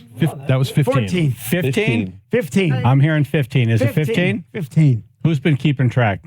Justin? I've been keeping count. The Irish pattern sweater was lucky number 13. And then, so this is 2 after that there. Okay. You're on 15. Remember Dealey wrote me with a fat suit in the video? Oh, yeah. That was you like 10 sweaters ago. Oh. These sweaters taste terrible. You couldn't find one that tasted good? I can't move my arms. Sweaters. You want good tasting sweaters. That sweater's a good taste. I want ones that taste good. I'm going to fall. I know I'm going to fall. You'll be like a turtle. You won't be able to get up. Oh. It'll cushion you if you fall. Yeah, your fall won't hurt, but you're not getting back up. I won't feel a damn thing. I know that. Jesus. These are real nice sweaters, too. You could buy these at Goodwill. You could. They're great. Yeah, it used to be. They have idiot DNA on them. This sweater says medium. Wow. It feels like an extra large. This is awesome. All right, so that's another sweater. Right. Try to pull that bottom down, AJ. You can't even move your arms? No. Really? This is not even a little bit. This is as far as I go. Really? I'm all punched up. Wow. This is it. I can carry a tray of food right now. That's about it. I'm like a Tyrannosaurus Rex. This is as far as my arms go over here. This is great. Oh, God. How's it feel, AJ? It feels warm. Really, really warm. I smell like the inside of one of those bins. Look at this. Oh, my God. Well, these two do a rummage sale over here. Trying to find one big enough to get over this ball that has become AJ. Do you have like size triple XL? My guys moving towards us. Are we going to roll them down the hallway after this? Like Indiana Jones. Oh, my. Right. He's the boulder in the Indiana Jones movies. Breasts like Mrs. Doubtfire. Hello. Hello. I need two like potholders. Yeah, that's far as my arms go. How you doing? All right. Hey, man, so you just got to pull that sweater down now. Yeah, well, it's a little bunched up around the midsection. I can't pull anything. Yeah, you have 2 or 3 that are bunched up there. It might be easier if we. Yep, there you go. There it is. Nice. There you go. There it is. Yeah, my arms don't move Maybe anymore. on the back too. It looks like the back's a little bunched up. It's the broad shoulders. Down towards the bottom. Oh yeah. Yeah, why not? Throw another log on the fire. What the hell? I wonder what your body temperature is right now. We should have brought a thermometer. Oh, poof. Where is he now, Justin, with this one? This will be number 17. 17 sweaters. Hey, AJ, you're a third of the way there. 1/3 of the way. Oh, yeah. He's doing great. Chaz and AJ. Joe from Waterbury. Hey, how's this hernia doing with all this? Yeah, how's your hernia doing? My hernia's fine. It's impacted now. My lower back it's like is wearing killing right now. It's like wearing a brace. Yes. Right now I can take a direct. You guys are too much. Thank you, brother. All right, AJ's attempting to break the world record for most sweaters worn at one time. 45's the record. Yep. So he's going for 46. Right. And this is sweater number 17. 18. 17 or 18? 18. Number 18. Number 18. It's not, goddammit. Hang on. There's a lot of weight up here. Yeah, that's right. The weight. How does that feel? Done. I feel like I feel like a hammer. You know, look at the hammer. It's got the weight on top, and the rest of it. I feel like a hammer. I'm a hammer. I'm a hammer. I can't move my arms. Yeah. This is I'm like resting. Like, wow. You look like a T-Rex. Thank you. Tiny little arms. Oh my God. Looks like those football pads that they train linebackers on. They got to like run and push. Oh, yeah, Imagine we had a fire now. You see me waddling out of here. I'll just jump in the window. I'm going to be fun. Hey, open boy. Chaz and AJ.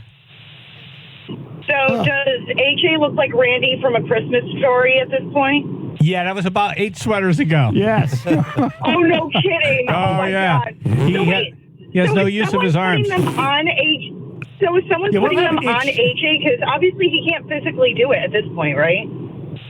Yes. He lost the ability to put the sweaters on after like 4 or 5. So Ruth and Richie Borer has been helping him. They're my dressers. Yeah.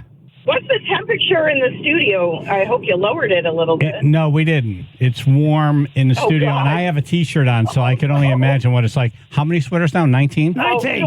19 sweaters. Oh, good luck, AJ. You can do it. Come on, AJ. You can do it. I can do it. You can do it. All right, coming up in news, UConn and the Bobcats. UConn keeps rolling. Bobcats, not so great last night. Marc Robbins, Channel 3 Sports, up next. Channel 3, Biller & Associates, public insurance adjusters, first look weather, mostly cloudy, hot as hell right now, maybe an isolated shower, we'll be 50s, we got 40. Your face is red. Well, yeah, because it's hot in here. Yeah, we didn't calculate that into the equation. We don't do nothing. We just say, hey, let's do it. What's next? Me catching boulders next week? If you have that, this would be a good time to do it. Actually, with all these sweaters. Yeah, just finish me off while we're at it. Just gonna chest bump a boulder. I don't want you to have a heat stroke. I feel like I'm riding a motorcycle. Maybe we'll turn that fan on and have Get a your blow motor on running. Okay. Justin? 95 southbound, we have some heavy stop-and-go volume in Westport starting at exit 17, taking it all the way through Norwalk down to 13, and some heavy stop-and-go in Stamford as well at exit 9 down to exit 6. Merritt Parkway southbound, you're going to see some company starting in Fairfield at exit 46, taking you all the way through Norwalk, especially heavy from exits 40A to 36. The support is sponsored by ChumbaCasino.com. Welcome to the ultimate playground for online social casino enthusiasts. Get ready to live the Chumba life and play over 100 online casino-style games for free at ChumbaCasino.com. No purchase necessary. VGW Group. Void where prohibited by law. See terms and conditions. 18 plus. Chaz and AJ. Connecticut Lottery Traffic.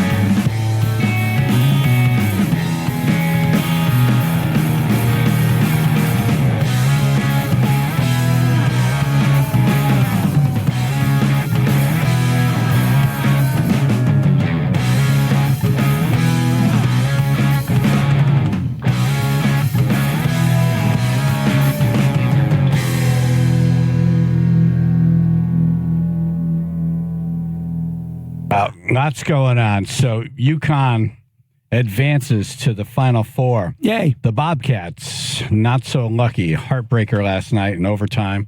Bobcats lost 5-4 to Boston College.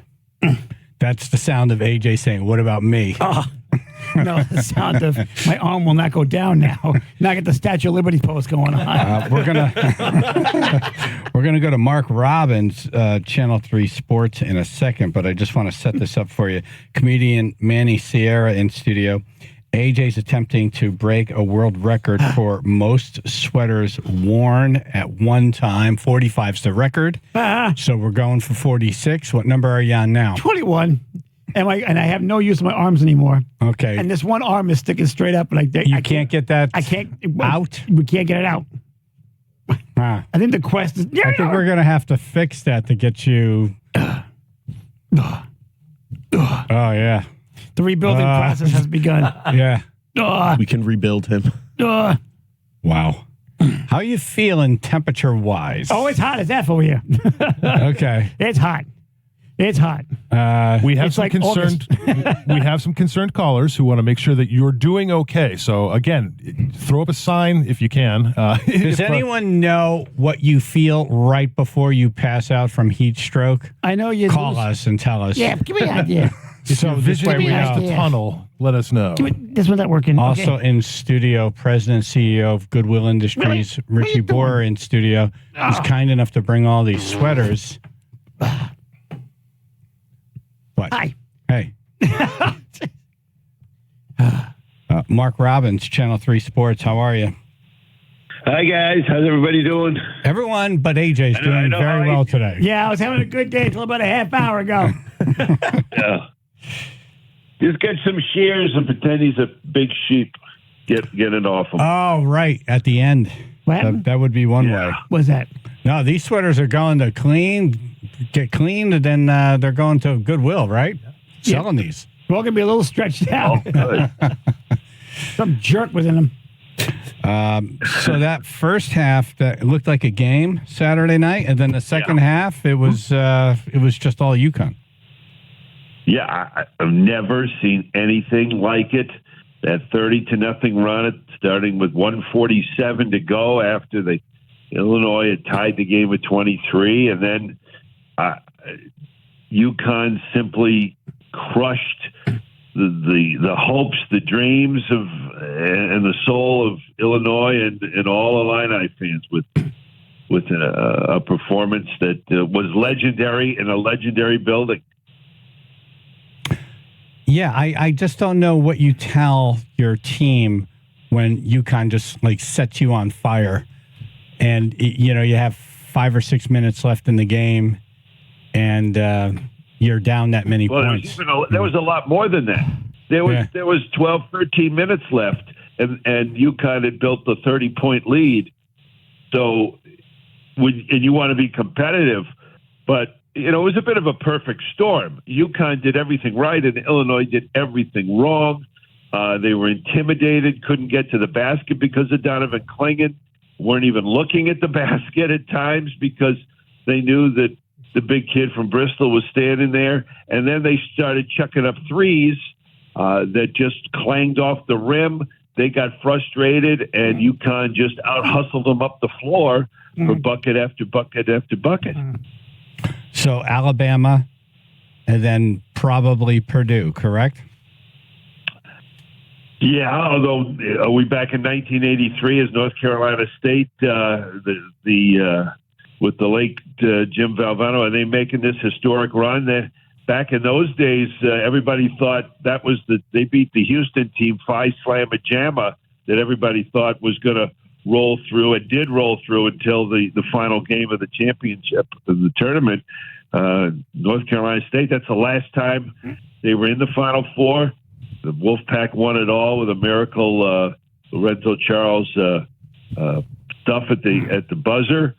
I don't know if that's going to happen again. But, yeah, getting back to the Huskies against Alabama, this is going to be – you want to see – we might see 40 minutes of the style that we saw in that 8.5-minute run that the Huskies put on, up and down.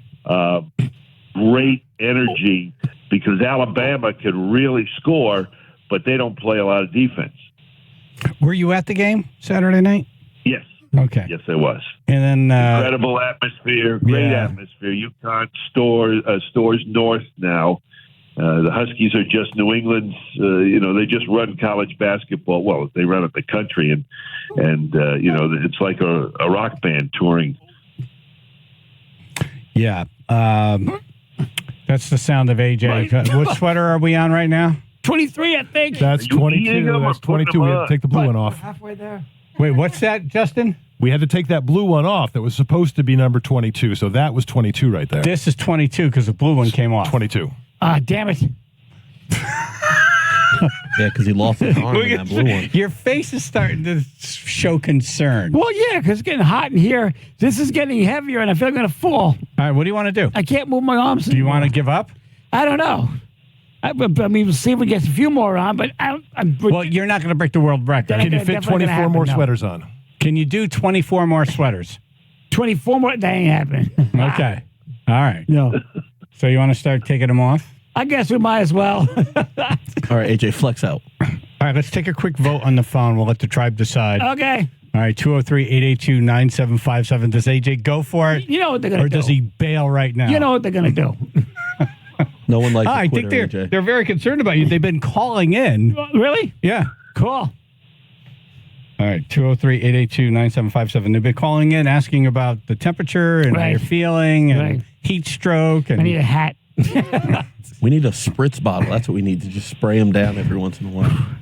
All right, Mark, you kind of predicted the Bobcats. You said it would go into overtime. On Friday, yes, I did against Wisconsin.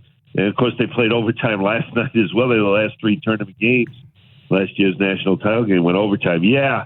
I figured I thought Wisconsin and Quinnipiac was a tremendous matchup, two even teams. And I thought up 2 goals early second period. Quinnipiac had, in fact, 3 leads against Boston College on Sunday evening in the regional final and couldn't hold the lead. Boston College, the top overall seed in the country, with, I believe, 15. In hockey, they call them pros already, because they were drafted. You get to keep their rights for 3 years. So they had 15 guys that were drafted already into the NHL, and Quinnipiac has 3. So you can do the math. Do the math. Yeah. See the difference. And the fact that they held in, it was so close in overtime. Yeah. That puck got loose, and kid came in for BC, kind of swooped in and on the second rebound and put it home. And Rand Pecknow told us on Friday when they scored the overtime winner, but that was about 9 minutes in, 8-9 minutes in. He said normally in college hockey, quite often the goals come very early. Well, then you really get settled in, and it could be a 2, 3, 4 overtime situation. And last night, BC scores 3 minutes and 6 seconds into the overtime, and that was it for the season. But what a run! What a run! For the Bobcats over the last 2 years. Awesome team. All right, Mark. Tremendous team. I think I got to shift gears here. AJ's got to get out of these. It looks like he's having a seizure or something. His arms are moving. He's trying to pick up his glasses, but he can't reach. Is that what he's trying to do? I can't do nothing. I can't pick up the weather. I can't do nothing. I need the glasses now. We're good. All right, Marc Robbins, Channel 3 Sports. Thank you, brother. Appreciate it. All right, take care, guys. Talk to you soon. Okay. Stay warm. AJ is attempting to break the world record for most sweaters worn at once. The record's 45, so he needs to go to 46. You're on 22. 22. It's 22 because you took the blue one off. 22. And we're thinking about bailing now. We're going to the phones. Emma in Wallingford. I would normally say keep going, but I think because that interview is too long, definitely bail now. Because of the interview? Because it took too long and the poor guy's sweating. Oh, so you originally going to say go for it? Oh, my God, look at my hair. Continue on, yeah. Yeah, okay. All right, so you're a vote to bail now. I think so. All right. Do we know what your body temperature is? We I have probably no should idea. have You got a figured that thermometer? one into this. Mouth thermometer, not rectal. You look very red right now. What'd you say? Mouth the rectal? That's a mouth thermometer, not rectal. Okay. You want one of those swipey thingies? Alan Wilkett. Hey, roll AJ outside. We got to finish this up. Don't listen to Emma. Oh, have him go outside. Oh, look at you, Mr. Throw 'em out Coffee. there. Yay. It's colder outside. I'll go outside if you want me to. I don't think you're going to break the world record, so I don't see the point in continuing. Okay. What do you want to do? Why don't you make a big boy decision? I say I can't move. I cannot move. Something happens right now, I'm dead. I can't move. Chaz and AJ. I move this one hand. Yeah, hello? Hey, you're on. Hey, have him start wearing him his pants. Oh, wait. Pull him up. What is the record? Just says It's just most says he has to worn. wear It's 'em. not most worn. No, it has to go. It has to go over Yeah. the head. It has to go down to the waist. They have to. They have to be worn like sweaters traditionally. Okay. Okay. He said put them on like pants. Yeah. Oh, we could have definitely broke the record. I mean, that'd still be fun to watch. I mean, I'm all for that for the sake of the segment. Itch, I can't reach I think we should have him put on one sweater as pants as he is right now. I have a hard time putting my underwear right now. You would be screwed if we had to evacuate the building right Oh, yeah, now. you see me like waddling. Right. I don't think there's much you could do right now. No, the God forbid I pass by open flame right now. Woof. All right. You want to? Yeah. Okay. Why don't we start taking these off? All right, good. Well, congratulations. You got halfway. I got halfway. To the world Yay. record. And you didn't prepare. You didn't practice. Nothing. You didn't put everything in order. That You was just didn't. me. This is just you being you, and you got halfway there. Yay. Wait So- till next time. Yay. That's right. No, it's got to be a PLR Yeah, next time record, Luke right? does it.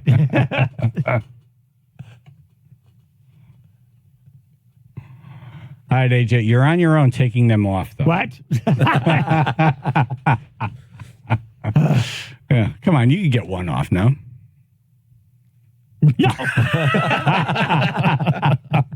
This sucker ain't coming off. Yeah, that's great. I literally cannot move my arms. I can move my hands. Hi. I can do jazz hands. That's about it. Yay. Oh, that jazz. You look like an animatronic from Chuck E. Cheese. I look like Slim Jim with the guy with Slim Jim eat me with the hair. All right, we'll start pulling them off. Yeah. Okay, good. Okay, we're gonna do traffic and weather now. You ready? Oh, God. Okay. Okay. Ready? Channel 3, Bill and Associates, Public Insurance Adjusters. First alert weather, mostly cloudy. Maybe an isolated shower. Low to mid-50s. It's 40 in Brantford. I'm not convinced that's a real temperature. I couldn't get the temperature. I can't move my arms. All right, it's somewhere around there. Somewhere's around there. Yeah. Wear a jacket. Brantford, you know your temperature. Wear a jacket. It's like 90,000 inside of AJ's. It's 125 in here. 95 southbound, some heavy stop and go volume starting in Westport at exit 17, taking you all the way through Norwalk at exit 13, and again stop and go in Stamford from exit 9 down to exit 6. Merritt Parkway southbound, you have some heavy stop and go volume at exit 40A in Norwalk, taking you all the way down through exit 36 there as well. This report is sponsored by FEMA, coming soon to your home, The River, starring flood insurance. Prepare for all the unexpected twists and turns of the river. Get flood insurance. Visit floodsmart.gov/rivers, sponsored by FEMA. Chaz and AJ, Connecticut Lottery Traffic. All right, the water doctor. You want to start pulling sweaters off while I'm doing this? Yes, why not? Yeah, all Let's do right. this. What, doctor? You don't look No, I'm not. comfortable. I need water, doctor. Yeah, you need water. Doctor? And a doctor. Yes, I do. All right, one sweater's off. Yay. You're coming back. Yes, it is. Yeah. Hey, it's Chaz. I'm here to tell you all about my friends at the Water Doctor. I've been using them for years, and they're truly a part of the family. They are. Why don't you back up from the microphone? They like sweaters. Yeah, there you go. Good. Matt, Mark, the whole Rich, everyone over there, just great people. If you have low or inconsistent pressure, sand or sediment in your water, high utility bills, water spitting from faucets, lack of water, any of those well issues, the Water Doctor can fix them. And why wouldn't you want that fixed? Why wouldn't you want good pressure, good water, clean water? The Water Doctor. At the Water Doctor, no water calls are always considered an emergency. Call the Water Doctor, 203-732-8585, 203-732-8585, or waterdrct.com.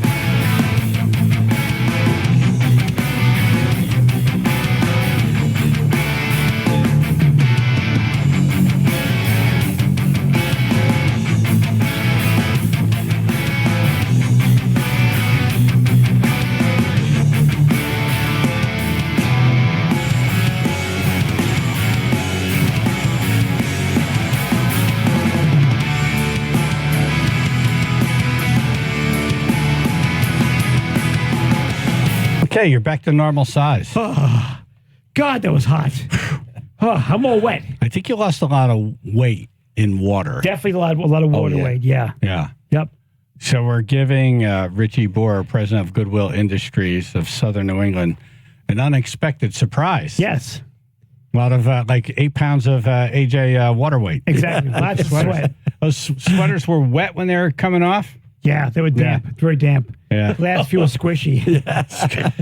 AJ attempted to break the record for most sweaters worn. The number's 45. You got to 20... 23, I think it was. Something. Yeah. Well, congratulations. I mean, yeah, that's more than I thought it was going to fit. Well, you win the record for most sweaters worn on the air at this radio station. Yes, thank you. See? Yeah, congratulations. No That's problem. right. One clap for Manny. Round of applause. Sierra. There you go. Yay. Round of applause. Round of applause. Oh, God.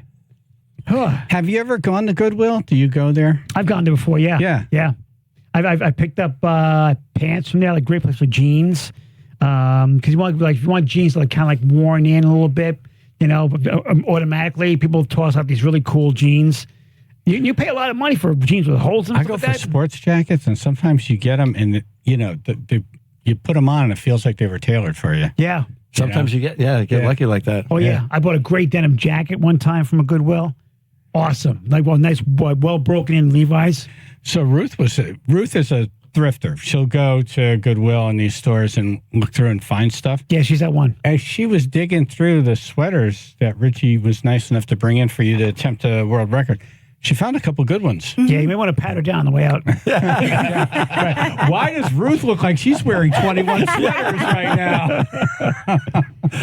Yeah, there were a couple cashmere ones in there. Wow. What do those go for? Well, it's right here. Oh, the price tag on it? Yeah. All right, cool. Oh, does it have the original one on it? Yeah. So it's not even been worn. They go. Well, for Goodwill, it was $6.99. $6.99 Right. for a cashmere sweater. Yeah. But it's nice. I didn't put it on, so you got 100 and up for cashmere sweaters. Oh, wow. So great deals. Yeah. And it's all for a good cause. Is it like all of that? How does that work? Yeah, so we're retailers, but we're retailers, with a mission, and our mission is to fund programs for people with disabilities and help them to find work. Anybody that has a barrier to work, we can help you find a job. And so a lot of the folks that are part of our programs are also part of our processing, collecting the donation, sorting the donation, filling up the bag. So you'll give people work. Right. So not only do we help them find work with give them other, work. Yeah, you but we also hire too. Yeah. So we're big into group employment for with people with developmental disabilities or people that anybody that has a barrier to work. We do ex-offender work, which is a separate operation that we do. We do forklift training, job training. So that might be another segment, forklift training. Yeah. Well, I'm great with a fork. Yeah, I'm Not very that good kind at of lifting forklift. forks as my, What do we have? myself. Yeah. What are we having? Yeah. I look like a pro. Yeah, so it's really a lot of fun. And actually, whenever I travel, I like to go into different Goodwill stores and see what's going on. I was in Manhattan recently, and I went to a Goodwill store, and there was a tuxedo. And I thought, I never owned a tuxedo. That'd be kind of cool. And it was like $50. And I go in the changing room, and I go to put it on, and I put my hand in the pocket, and there was a wedding invitation to Miss Kelly Ripa. Oh, wow. Get out. And guest. Did you And so go? it must have been like her spouse, the Nice. guest. But it didn't fit, unfortunately. Nice. So was that probably Mark Yeah, but I'm like, Consuelo's wow, tuxedo? you never know what you're going to bump into. With my luck, to be a recorded message in there telling me what my duty is to do. And then self-destruct. Then the guy shows up, and I got to get into a limo. No, this isn't my tux. No. Here's I got it at Goodwill. Yeah, sure you Sure. did. Pay attention, Yeah, did. 007. Your mission is to. That'd actually be a good premise for a comedy. Next thing you know, I'm in Russia. I got to assault Putin. No, seriously, it wasn't me. Yeah, no. Wow, did you keep that invite? Yeah, I did. Yeah, I told the manager, I'm like, listen, Hey, man, I'm taking this. this is cool. Wow. Nice. But yeah, and there's a lot of great things get donated. People are very generous because they realize that it all goes to the mission. And we also, besides the brick and mortar retail stores that we have, we also have shop online, Nice. shopgoodwill.com. Cool. Another site is Goodwill Finds, and these are How all much? Goodwill. Let's just say I spend $100. How much of that goes to help somebody? So it would be 85% of it. Is that right? Of our profit. Now you have glitter on your face. Do I really? I got some explaining to do. It's like, sure, it was the sweaters, Richie. It looks good. Leave it. Easter was great. 007 comes across dancers every now and then. 85%. That's great. Yeah. And so it's really exciting. It's a lot of fun. We help a lot of people. And so a lot of people figure, well, you get it for nothing.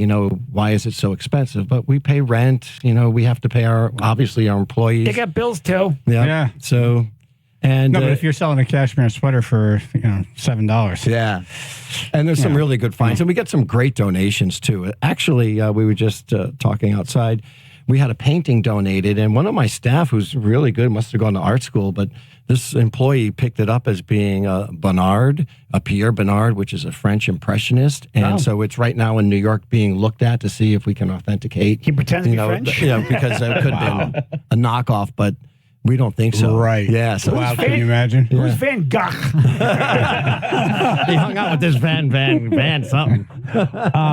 Did anyone tell you if it is authentic, what it would be worth? Probably hundreds of thousands of dollars. Wow. Damn. And that was donated at the Groton store. I've had people walk in and donate houses. Really? What? Yeah. We had a house donated to us. Can you call me? Yeah. I've been looking for a while. Just hang in the parking lot. Yeah. What somebody go for at the Goodwill. Wow. The hard part's fit in the drop-off box. My son lives out in Vegas, and out there, when he moved out there 2 years ago, he met this girl, and they became very good friends, and she's a thrifter. What she does is she goes to Goodwill, she looks for stuff, and she can identify all these, like, oh, this knick-knack here, that's a very expensive whatever. She knows all the values, and she goes in, she buys stuff, then she puts it online. That's how she makes her living. Yeah. Oh, yeah. We have a lot of that. And, that's why we have an outlet store. We throw very little away. By the time we get done with it, it's just either broken glass or something like that. Everything gets reused and repurposed. So we're really, proud of that. Oh, yeah. Years ago, I'd go into the garbage and I'd find, like, Big Macs and stuff like that. Then McDonald's tossed out, fully wrapped. It's awesome. It's still good 10 years later. That's a quarter pound of cheese right there. That's a double burger. That's a $1 menu item. Yeah, I'm taking that with me. That's a Star Wars toy. I'm keeping that one. Call in if you ever, got something at Goodwill that turned out to be a tremendous find, or if you found something in the garbage or something. We're at a tag sale, 203-882-9757. Chaz and AJ in the morning.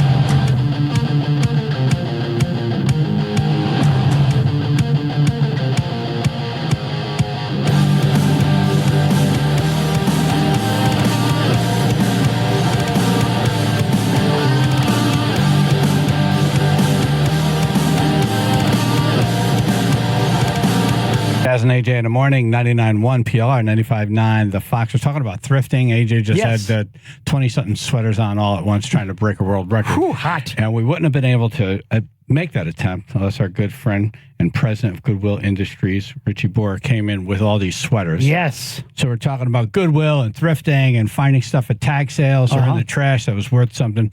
203-882-9757. Donald and Meriden. Hey, how's it going, Chaz and Sweaty AJ? Hey! Like an armpit. I frequent Goodwill because I own a small junk removal business. But one time when I was a kid, I went into Goodwill in Wallingford. I found a Rust in Peace album by Megadeth. I opened up the album cover, and it was signed by Dave Mustaine, Nick Menza, David Ellefson, and Marty Friedman. All legit. Cool. Whoa. Nice. Yeah. You still have it? So. Yeah, do you still have it? Oh, yeah. Yeah, I locked it up, put it in my safe. Big do not donate sign on it. So don't mess this up. I was looking to find it. Wow, that is the ultimate find. That's cool. Sure was. All right, thanks, guys. All right, Take it thank easy. you. Thank you. I'll bet you there's a lot of records that go through your place that are And worth books, something. too, that are and books. All right, you open up this weed in there. Yeah, we've gotten that. When everything comes in, what is there a prep? Like, you sort it out, and then do you wash the clothes? Do you check stuff? We inspect them before they go out on the store, but we don't wash them or anything. But if it's soiled or if it won't make it to the floor. Gotcha. But yeah, so it all comes in a big bag out of somebody's trunk, which we were so thankful for. And then they kind of feel the bag and they put textiles in one and shoes in another, pocketbooks in another, and we just start to separate it. Pocketbooks, that's another one. Oh yeah, I've heard. My friend, Chaz's friend, found a lot of expensive pocketbooks. Yeah, and most people don't know the value of these things. Yeah. Connor in Woodbridge. Hi. Hey. Hey guys. I listen every morning. Thank you. Thank you, sir. Yeah. So almost everything that I wear, I get from Goodwill's. In fact, I'm wearing some Goodwill pieces right now. I got a Jeff Gordon long sleeve and an one hoodie. Nice. Sweet. That is cool. You have a favorite store you like? The underwear's new, right? I like the one out in Monroe. That one's pretty good. Yeah, that's but yeah. I got a valuable piece that I found at a Goodwill once. Really?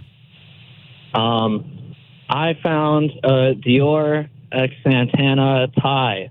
I was looking around in the Boston Post Road Goodwill. Okay. Yep. Milford. Yep. And I found this beautiful tie. It was really psychedelic and weird. And all the tags were cut off, but this lady came over and told me all about it, and I looked it up, and it's pretty cool. Wow. And right now, it sits around the neck of my Willem Dafoe cardboard cutout. Nice. It's so weird? I was at that store, and I lost the Santana Dior tie. I'm glad you found it. Everybody pick it up. I love that. All of that. Hey, it's like Will's now. You can't have it. Okay, sorry. Will's got it now. Well, thank you for calling, man. Appreciate it. Yeah. Yeah, have a good one. You too. Take care. Thank you.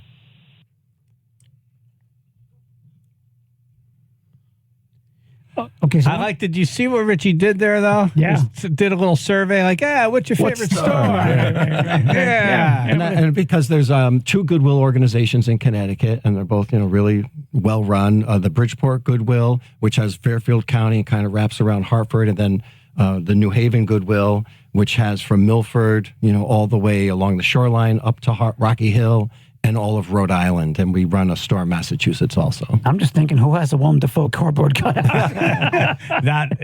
No one's weird. We could have done another 10 minutes on him. We had a donation pull up at the South Attleboro store, a van, and it was like a house cleaner that some celebrity had moved, and it was Antonio Brown, who was a wide receiver for okay. Oh, yeah. So when he relocated after no longer a Patriot, all of his stuff they brought to Goodwill, and it was like size 15 shoes and sneakers and Those are rats for the cleats. kids. Oh my God, Wow. the store went nuts. Yeah. We had a line waiting to get in. Oh, right, just to buy that stuff. Yeah. The sports memorabilia area.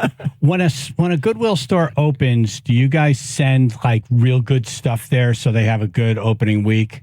We collect, like we'll, because there's a long setup time, like we'll put the best of the best out there. Right. Yeah. Like, just let's to have give a good these week. people in town a let taste them- of what we do. Right. Do you guys take flip-flops? I have tons of those. Yeah, we do. Really? Do people buy them? I got bags of them. Oh, yeah, people buy them. Really? Oh, yeah, absolutely. I got bags. I wouldn't be able to do it. Well, I'm sure they clean them. Maybe no, not. they don't. You just said they don't clean it. Yeah, That's well, up to you. I mean, But it has to whatever look you buy, good, you like- clean. They're not nasty.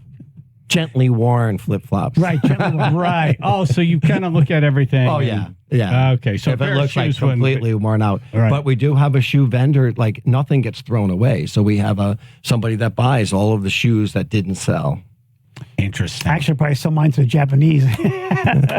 He likes stuff like that. Oh, like the businessmen, they the like fetishes and stuff. No, I got a small fortune right here. Yeah. Big Chris. What? I'm just going to act like I'm thinking AJ's retirement not money. here right now. I could $100 each. What? All right. Big Chris. Hey, how you doing? Good. I got the pleasure to go to Rockland, Maine, and they got one of the main distributions up there, no pun intended, and it was awesome to see that because I know they do great work. One of the best things I noticed, we do house cleanups. I picked up a silver bowl. Look, I turned it over. It says 92.5. I'm like, that's sterling silver. I brought it to a pawn shop, and the guy said, well, I'll offer you $300 for it. We'll go 50-50 on it. I'll give you $150. He said, the only reason why I'm not giving you $300 because it was personalized. So there's a lot of stuff like when I go into Goodwill, I do a lot of metals. So I pick up pewter. Pewter is huge now. Am I right? Yeah. Yeah. And so now I know I'm donating to a good cause because you guys are wonderful. Thank you. But I'm also getting my little hustle on the side because I do metals. So I do scrap and all that. So cool. Everybody's happy. So it's pretty cool. Yeah, we call it Goodwill hunting, where people are in there and they're hunting around and they all have their little niche and specialty. So it might be metals, it might be watches, might be jewelry, could be trains or, and comic books. Oh, wow. Right. Records, So a lot of people know their niche and they go right in the store and they go right there. Right. Look to see what's there and then whatever they pick up there, and then they go shop the rest of the store. I'm guessing they know what day new stuff gets put on, or is it every day new stuff gets put out? It's everyday new stuff, but mostly on the weekends we're there just to service our customers, so we're not processing in the back room.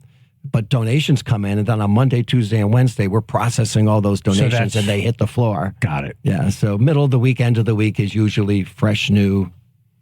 Got it. Cool. Yep.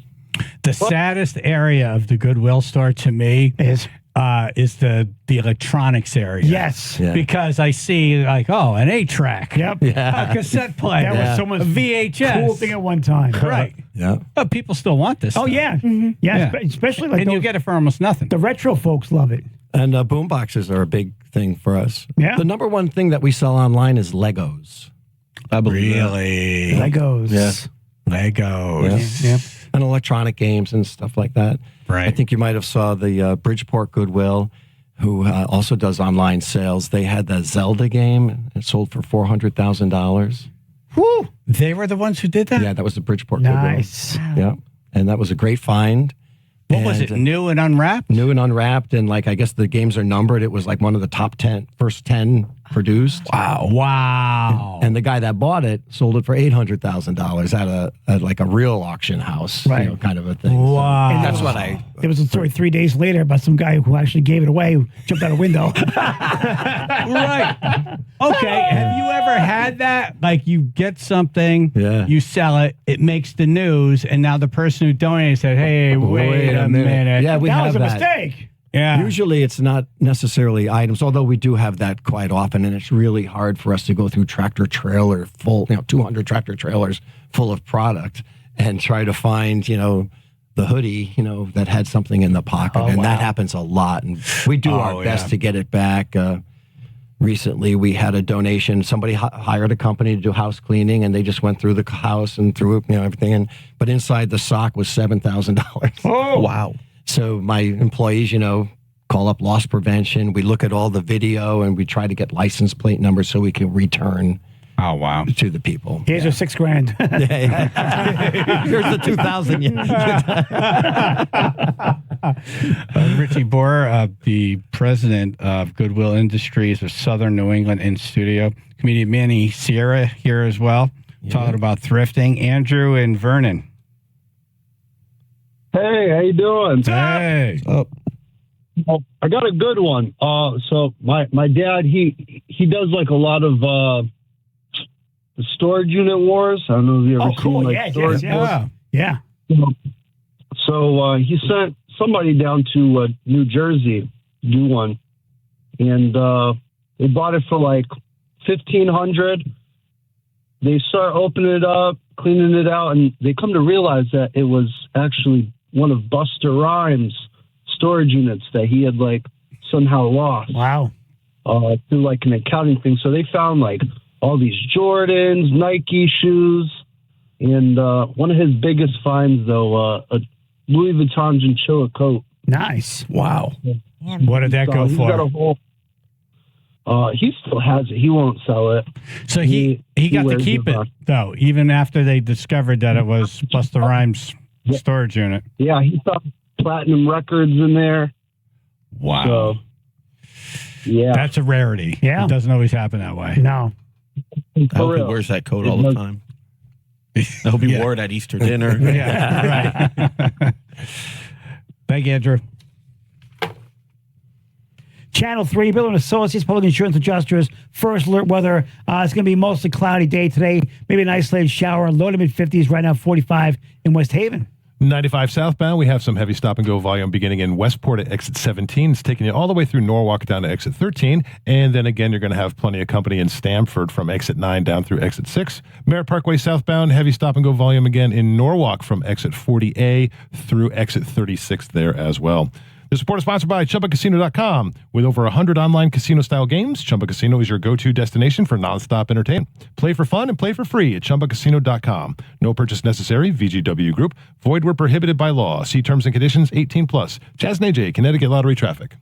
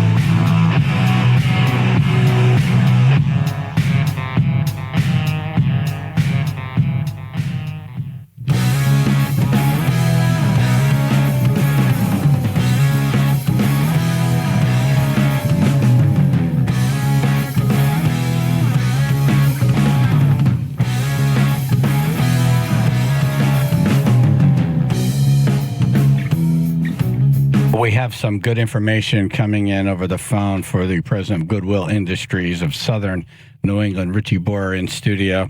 We're talking about thrifting. He was asking a tribe member earlier, which one's your favorite store? Right. Jeff in Monroe is on. Hey, Jeff. Hey, good morning, guys. Good morning. Happy Monday. The best, if you guys are going to try it, Chaz, you need to go to the Westport, Connecticut Goodwill. I was at the grand opening for that. Louis Vuitton. You will find high-end stuff, and I donated a lot of that stuff for one of my customers who was moving. And the dresses were only worn once. Yeah. Literally, they wore them to a gala or a ball, and they just put them back into plastic, and it's crazy what they give away. So that's our neighbor in Goodwill's Goodwill store, but it is one of the nicest Goodwill stores and great donation. So the stuff that comes in stays in that store? Right. Yeah. It gets donated there, processed there, goes out on the floor. Yeah, it's That's a good popular one. store. It's a good one. Yep. I'll second that. And Ruth, I'm sorry to say that Ruth got fired. Ruth got, what do you mean? Yeah, that's what's going online right now, is that Ruth got fired, and a lot of your listeners online are actually believing it. Oh, it's an April Fool's Day? Right. Oh. Did someone start that? I guess. Yeah. I lost it. I'm like, what's going on here? She tugged on my sweater. Oh, yeah. I said they fired her. They fired her on Friday. Oh, wow. That's funny. Oh, no one told her, so she showed up. She's working for free. Wait a minute, what? It's kind of like Larry David when he quit from Saturday Night Live and then came back and just acted like he didn't quit. Yeah, she's as stubborn as stupid. All right, Jeff, thank you. Well, at least you don't have to pay her. Hey, have a good day, guys. Yeah, you too. Take care. Do you have one of your stores that you say, oh, this is the people in this area donate good stuff? Yeah, our Groton and Norwich stores, those are our two busiest stores, and we get some great donations in those stores. A lot of musical instruments. Nice. I saw here electronics. There was musical instruments almost in any condition have value. Yeah. A vintage Fender amp sold for $3,800. Whoa. Yeah. A vintage 1969 saxophone sold for $5,000. Yep. And these are auction sites, so people have, if they don't find the value, it's not like we go in and put a price tag of $3,000 on it. It goes to shopgoodwill.com, and then people can bid on it. And if it sells for $100 or it sells for $1,000, it depends on who wants to buy it, what they're willing to pay. Oh, that's cool. Yeah. Damn. And so collectors know that, like the Gibson, the serial number will be shown. They can look it up and have the catalog. So you guys must have someone on staff that knows all that stuff. Yeah. So you have one in every department or one overseer of all departments that can we have identify one department something? that has specialists, and each specialist knows jewelry, metal, art. They're like an antique roadshow person. Yeah. They know all of that, the background. Carpets, like Asian carpets and things like that. They, I'm just amazed at how much knowledge that my folks have. This Rolex is fake. I'm taking this one. Well, look at this pocketbook. Look at the stitching. I would never look at this thing, but look, that's not real. I'm like, oh, don't put it on then. Yeah. Wow. And usually they spell with a U, not an E. Diana in Westport. Hi, guys. I have a question. I'm calling from Westport, which is funny because somebody just mentioned the store. Yeah. And I was going to ask, and I apologize because I tuned in late, so this might have already been answered, but I was told that things from Goodwill are starting to get sold online, and I have noticed that in Westport, I'm just noticing less quality stuff. My mom, when we first came to the U.S., my mom was a single mom, and she got all her work clothes, all her like little suits and everything from Goodwill. And and I'm just noticing there's less stuff. So I was wondering if the good things are getting picked out and sold, or if anything's going on. Yeah, so I'll just talk about Goodwills in general because the Southport store, Westport store is a different agency than my agency. But I can tell you what is happening is that with technology and the lack of traffic that's been in brick and mortar stores recently, and we all know what's going on with retail today, a lot of it is transferring online. So we've been no different than any other retailers where, there's a lot of eyes that will look at a different item online. So let's say a Gibson guitar was donated. Yeah, we could put it in one of our stores and there might be 10 people that might be interested in a Gibson guitar. But if you put it online, there's 100,000 people that are interested in looking at the And now they're bidding against each other. Correct. Right. Yeah. Right. So that's probably what you're seeing, but that doesn't mean that you still can't find some really good stuff, at the Goodwill store when you go now.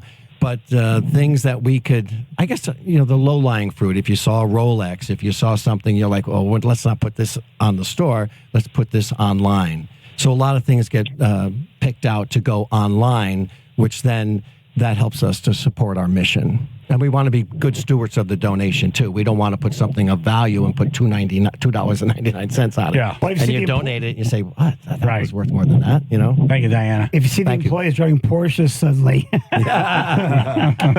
And we also have a no-shop rule. If you work for Goodwill, you can't shop at Goodwill. Is that right? Yeah. I always wondered about that. Like if a bag comes in with good stuff in it, it's like, this is coming home with me. You cannot do that. You can't phone a friend? You'd be fired. Didn't you have something, some kind of a thrifting occurrence over the weekend?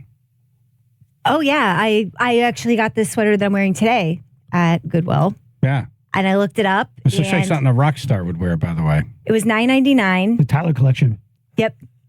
Yeah, it's really cool. It's very like boho 70s. So I looked it up online and I found the brand is called Johnny Was, and it's a perennial sweater. It's selling online right now for $202. Wow. I paid $9.99. Right. Wow. So much you selling? Nuts. Yeah. It looks like it was tailored for her. Yeah. Yeah, fits great. Yeah, Ruth wants $80 for it. I brought a couple other things too that I found. Christian Louboutin shoes. Wow. Ooh. A vintage Fendi bag. Oh. A dress that's worth almost $1,000 that I paid $3.50 for. I mean, it's great. It's Richie wants some of this stuff back. It's got to go online. We love, because it's the best advertising besides, this being on the radio. But you as a thrifter, I'm sure, tell your friends, and then, it just kind of builds from there. And we're really excited about that because it helps us to serve more people. There has to be some tie-in we could do with the toy drive somehow. Just all the energies coming together. Yeah. To help. We can fatten Santa with the sweaters. Yeah. Yeah. You want to put more sweaters on? No. Some other sucker. Person. Thank you for coming in. Thanks for your help with the sweaters. I love seeing you guys. I love seeing you, man. Yeah, man. Old time friends. Yeah. 21 years now. Thank you, brother. Nice Richie to see you Borer, guys. Goodwill Industries.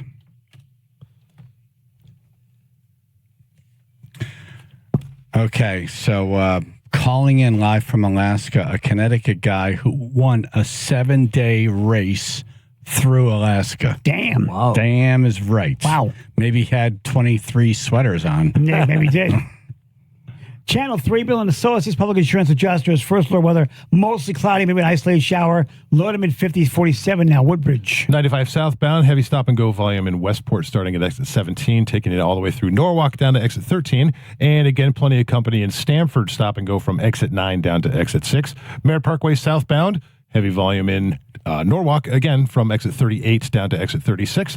And Stamford, exit 33 to 31 is heavy stop and go volume there. Midday construction is just getting set up there in Stamford. This report is sponsored by FEMA, coming soon to your home, The River, starring flood insurance. Prepare for all the unexpected twists and turns of The River. Get flood insurance. Visit floodsmart.gov/rivers. Sponsored by FEMA. Chaz and AJ, Connecticut Lottery Traffic.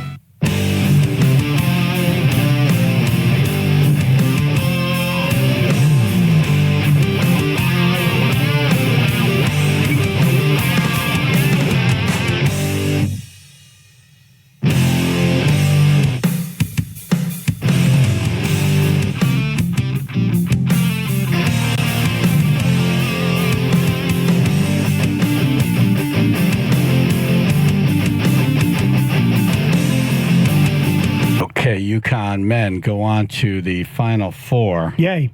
Playing Alabama. And then if they win that game, they'll go on to play the winner of the North Carolina State Purdue game. Nice. Husky women play USC today at 9:15. Seems like a late time to start a game. Really? Yeah. That time zone thing? I guess. Yeah. And unfortunately, the Bobcats did not win in overtime. Heartbreaker to Boston College, 5-4. They should be very, very proud that they held their own against this team. Yes, absolutely. Marc Robbins was saying that they have like 15 people that have already been drafted to the NHL. Wow. And the Bobcats have like 3 that have been drafted. So, I mean, you're basically taking on they took on a professional NHL team and hung in there. So yes. Heads up high to the Bobcats. Be proud, man. And the Powerball jackpot jumps to $975 million. Buy my ticket later. Oh, yeah. Good luck, AJ. Thank you. Appreciate that. Comedian Manny Sierra in studio. Good morning, sir. Good morning. How about this guy who's calling live from Alaska, Connecticut guy who won a 7-day race through Alaska? Ryan Fox on the show. Good morning. Good morning. How do you even prepare for something like that? Yeah, well, first of all, thanks for having me on. I'm talking to you from the outskirts of Nome, Alaska, on the Bering Sea, about 100 miles from Russia right now. Wow. You can see Russia from your backyard. Wow. Yeah. Just a few miles away from there. But yeah, I grew up in Connecticut. To prepare for something like the Iditarod foot race, just a lot of sleeping outside, running in the same temperatures as the race. It helps. If I lived in Connecticut, they wouldn't really be possible to train for. So just living in the conditions. How cold is it there now? So right now it's -10. I've got a winter storm coming in tomorrow night. So yeah, the winter holds here till May. Damn. Wow. You got to run, freeze to death. What were the temperatures during your 7-day race? It got down to -30. That was, I think, the coldest. It was, just around there. Did you ever think that you wouldn't make it? Day 4 or 5, you're like, oh man, I don't know. Yeah, it's kind of a thing where you kind of have to keep moving physically, or your heart rate drops to a point where you start to get really cold. So if there was anything that prevented me from moving, if I was really tired or something, your brain kind of shakes you awake. You kind of have to keep your body at a certain level, or really bad things will happen. I mean, I had a sleeping bag. If I really needed to burrow in where I was at, I could. But no life or death moments, I guess, but a lot of freaky cold moments. Well, it sounds like you prevented life or death moments because you've just told yourself, well, keep going or die. Exactly. Yeah, I guess. Yeah, that's one way. I guess I could look at it. It's a motivator. Yes, death. If I'm in a 5K, I'm this hill is killing me here. Right. All right, let me just go to the light post, and then I'll, and I convince myself one light pole at a time to just keep going to that next light pole. Yeah. And I guess you're saying, well, I could either die or I could stop. I think I'll just keep going. It's 10 degrees warmer over there. I gotta get there. Right. Yeah, I guess my light pole is just snow, piles of snow. So it, not too different, honestly. Oh, so you just say, I'm going to get myself to that pile, and then if I want, I'll walk from there for a little bit. Yeah, I guess that's kind of how I looked at it a little bit. That's why you have a sleeping bag to sleep in outside in the cold? Right, yeah. What are you carrying with you? About 80 pounds of stuff. 80 pounds. I hope there's soup in there. For 7 days. 80 pounds. Damn. Well, it's lighter, right? Yeah. Yeah, and I'm not like, it's not on my back. It's a sled that's attached to my body with fiberglass poles. Oh, you're rocking. Like Nice. Yeah, so it's yeah. You're a team of Huskies, only one guy, though. Wow. For 7 days and you're dragging an 80-pound sled behind you? Well, it gets lighter, right, as the days go on? Yeah. So, like, I mean, I had probably 10 to 15 pounds of food at the start, and that obviously lightens up as you keep going. So, what kind of food? Oh, everything from like a fourth grader's like wish list of like what they'd want to eat for a week. I mean, like gummy bears, lots of like Fritos and like high calorie like chips. Nice. Anything that's not going to freeze, because loads of things will freeze below negative temperatures. So lots of sugary and sweet, like a lot of like Little Debbie's. I don't know if you know what those are. Yeah, I know very well. Yes, yes. Yeah, that kind of stuff. How do you go to the bathroom when that cold outside? It's a lot easier than you'd think. I mean, you just have to be quick. Yeah, I have no problem with that. Yeah, no, I don't know, because I'll be quick. Yeah, it's too cold. Yeah. Well, what do you do for hydration if everything's going to freeze? That is actually one of the hardest things. Well, first off, I have like a hydration like vest, like someone running like anywhere else would, but it's underneath like layers, so that stays warm from my body heat. And then I have thermoses, like 4 40-ounce thermoses that I have to put wool socks over. Like I have to put them over the caps, otherwise the caps will freeze. And I had that issue a couple times where I forgot to put the wool sock on the top of the cap, and then I would try to open it, and like no matter how much strength you put into it, you can't, like the cap will freeze. And so that's, and then I have a liquid gas stove to melt snow to get more water. Oh wow! Damn. Ryan Fox is on. Lived in Connecticut for 20-something years. How long were you here?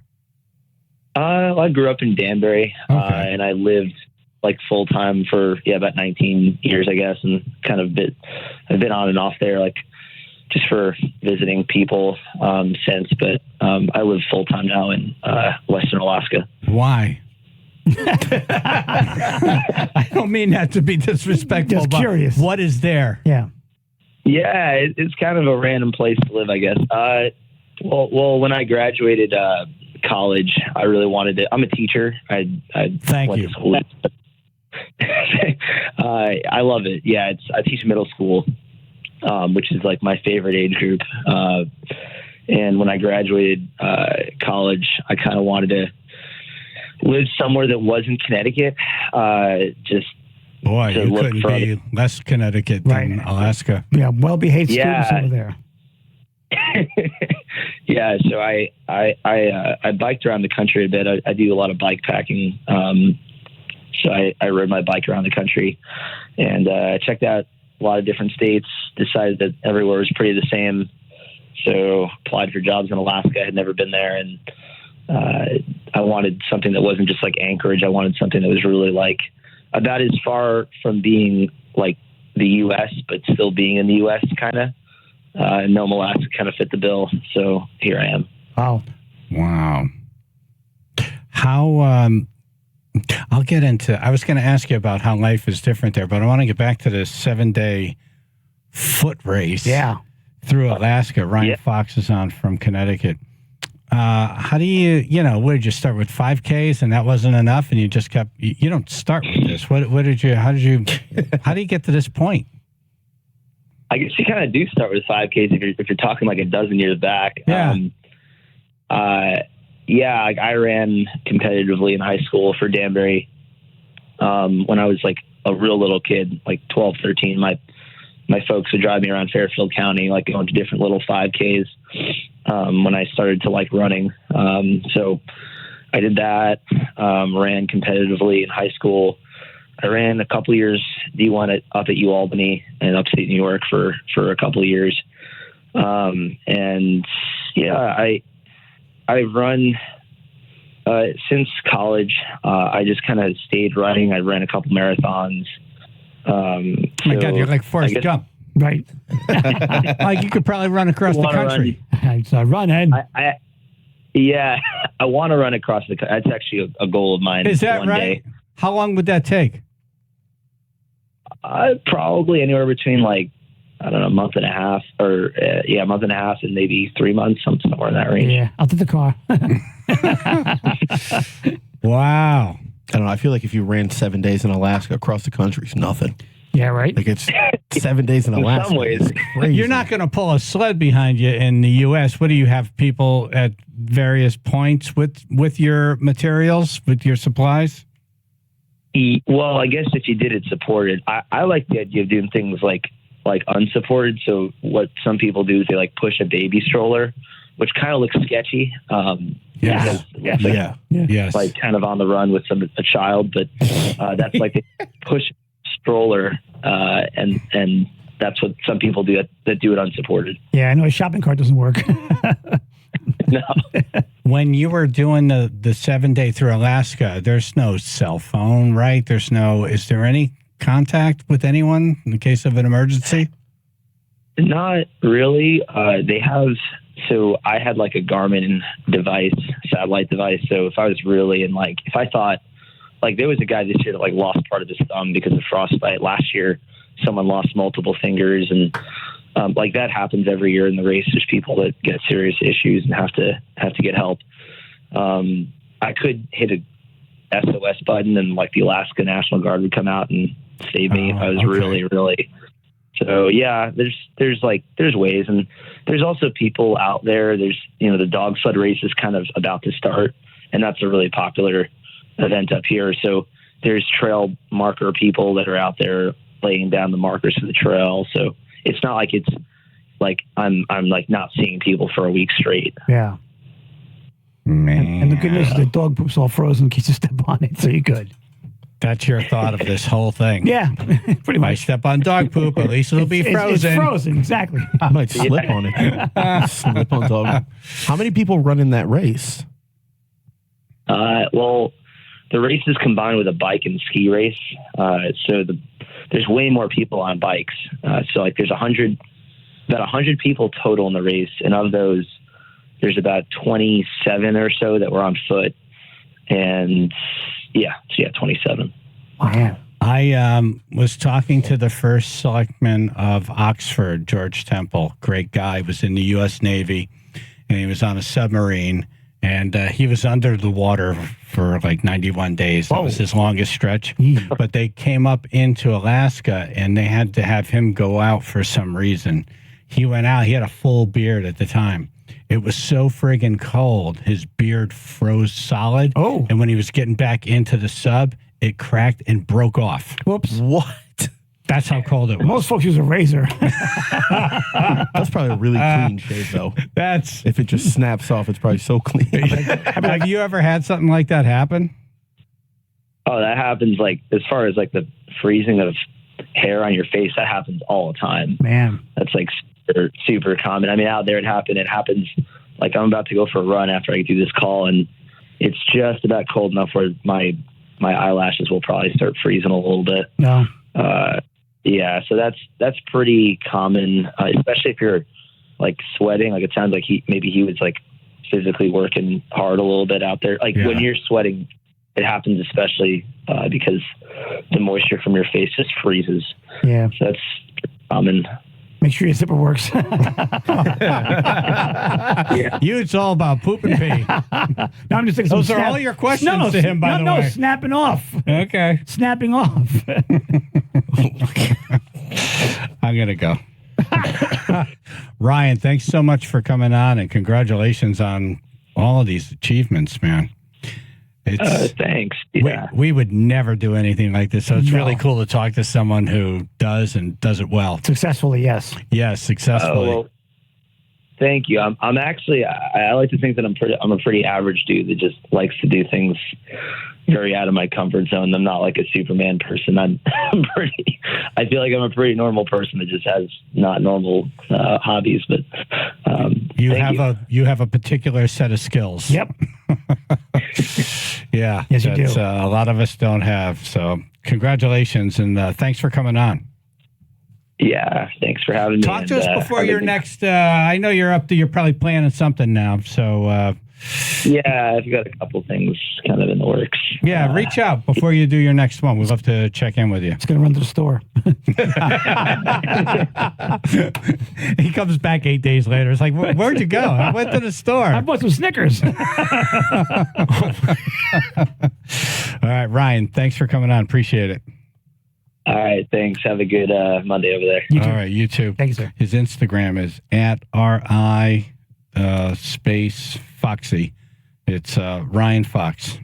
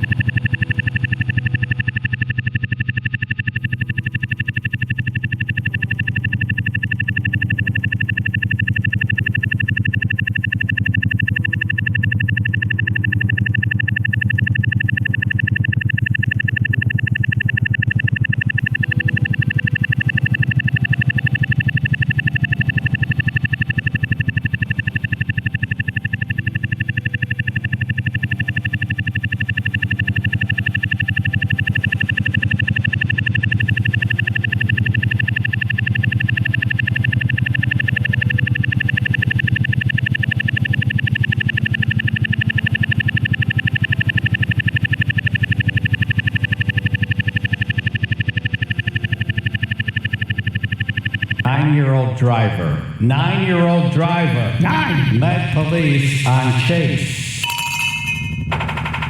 Meeting Manny Sierra in studio. Good morning, sir. Let's go. A 9-year-old in California led police on a short car chase because he was trying to drive to school. Lovely story. Here is Officer Sherry Dunn talking about what happened during the chase. Nobody was hurt. Several other officers showed up as well, and it was kind of like one of those no one really believed it kind of thing. So several other officers did show up to the scene just to see the fact that it was a 9-year-old driving the vehicle. A few seconds later, I did notice a little head popping inside. Made an approach, and as I was approaching, I could see a kid, which turned out to be a 9-year-old child, sticking his head out saying, "I'm sorry, I'm trying to get to school." How did he reach the bridge? Right? I mean, that's why you didn't see the head all the time. It's like, all right, I got a break. Right. I'm shocked no one got hurt. That's a great driver. Better than some people. Exactly. Yep. You know any 9-year-olds that could drive? No. I tried. I don't even mind it. Yeah, that's true. You hear stories once in a while like somebody's grandfather. When they were 9 years old, they were driving the tractor down on the farm. Yeah, they were hauling the farm equipment around, and Dad tossed the keys to the station wagon just to pull it around for whatever. So. Yeah, my brother had a field truck when he was 13. Right, he would just drive the car through the woods. Yeah. And so he was a standard chef. Yep. Excellent driver at 13. Nice. At 9. Yeah. I wouldn't even come driving at 9. I was going to go to school. That's not the place I'm going to get. Yeah, last place I go, I'm going to McDonald's. I'm checking cheese or something. I'm going to try to pick up my friends. I'm going to the video store. Where's the candy? Yeah. He's got to get in less trouble now, right? Because they're like, we're going to school. You can't do that. I'm proving the junior highs. Hey, baby, how you doing? Well, the backstory, if he was really going to school, then his parents were passed out. Yeah. Yeah, probably. Or I think they was too bad. Maybe they're like both like rocket scientists. They were on the formula when they kind of looked out. California. That was it. Yeah. All right, next headline. Man narrowly dodges runaway saw blade from a construction site. This was a massive saw blade. Did you see this thing? It's like 4 foot. It cuts concrete like sidewalks. Yeah, you want to make sure that it cuts concrete like butter. Yeah, you want to make sure that something's bolted on properly. An Oregon man was nearly killed by a 4-foot tall construction saw blade that got loose and came hurtling toward him at a high rate of speed. Ooh. I just picture it like going right through him. Yeah. Right in the middle. Right. Not even knowing it went through it, right. Falls. Right. Yep. He like just runs in 2 different directions and just falls. Right. He was too close to him. If it can join. Stand right in. We're ready. Yeah, he walked inside of a convenience store just missed him. He jammed in the door as soon as he closed it. Oh, wow. Damn. There's Shane talking about what happened. Obviously it wasn't my time, but it's probably the closest I've ever experienced it. So I was walking into the store here, put my handle on the door, and I heard a loud bang and yelling over here at the corner. Just as a cloud of smoke pops up, and I see a guy fall into the ditch, and a 4-foot blade hurling at me as I'm walking through the doorway, thinking maybe it's my time, but I don't think I would have survived being touched by that thing. Yeah, that guy died in the ditch. He didn't have a way. Yeah. Wow. That's awesome. I hope you bought a lottery ticket. Have you ever had a close call like that at work?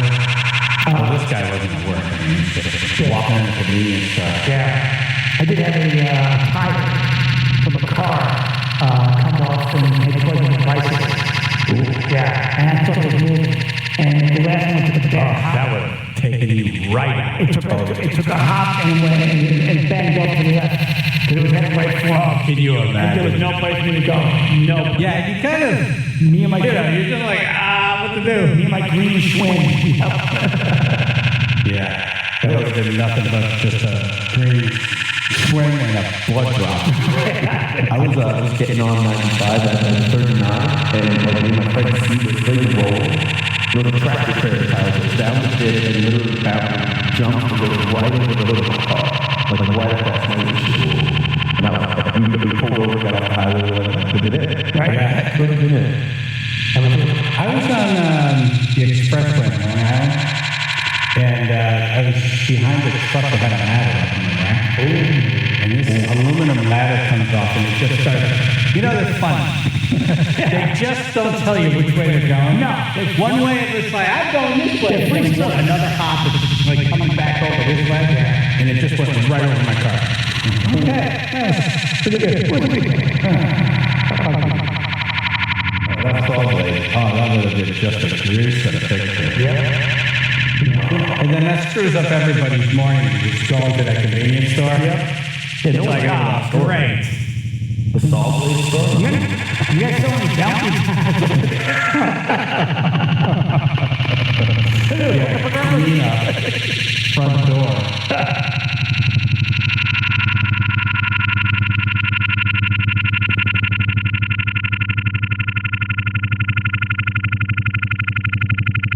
Stump the Chumps. The Matrix, the movie trivia. Stump us. Get in the running to see Sebastian Bach. 203-882-9757.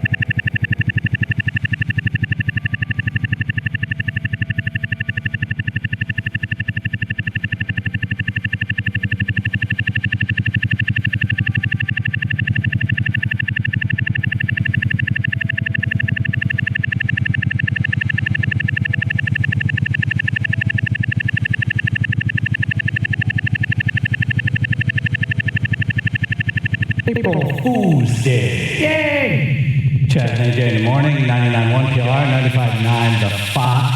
It's the Matrix Trivia in Stump today. Stop us, get in the running for tickets to see Sebastian Bach. 203-882-9757. Andre and Baby. Good morning. Morning. What is the name of Morpheus' ship?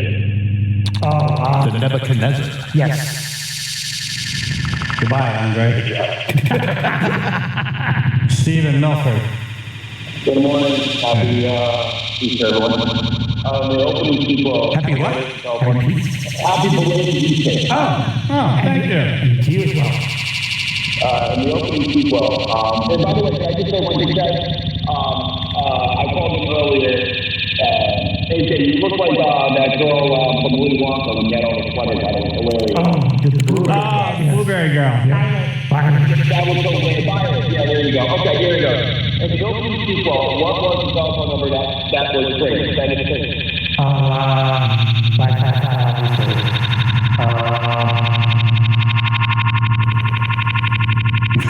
Just let everyone know that was your mom. Maybe it wasn't.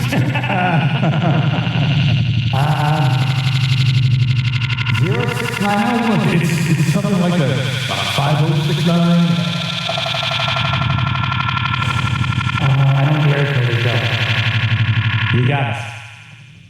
312-555-0690. You guys are close. Damn. Wow. Have a great day. Thank you. You're in the running. Yeah. Sebastian Bach tickets. Andre and Derby. I'm stubborn. Who is the actor that played Tank? Played Tank.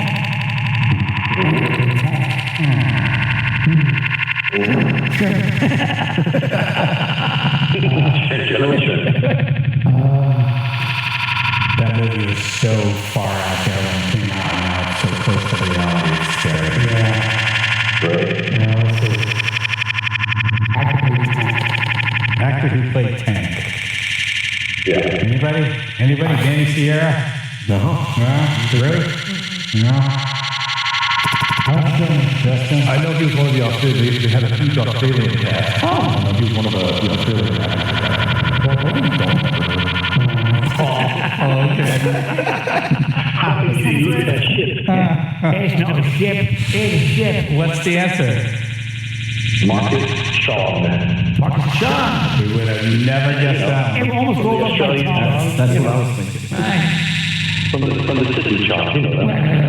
Well, you stopped us. Good job.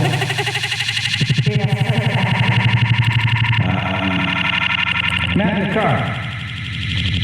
Hey, good morning. Hey, the Matrix Trivia, 203-882-9757. Stump us, get in the running to see Sebastian Bach.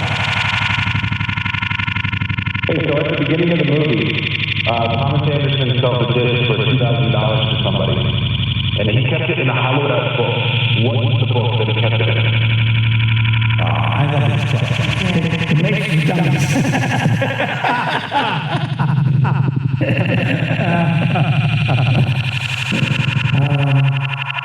Building excellent attention.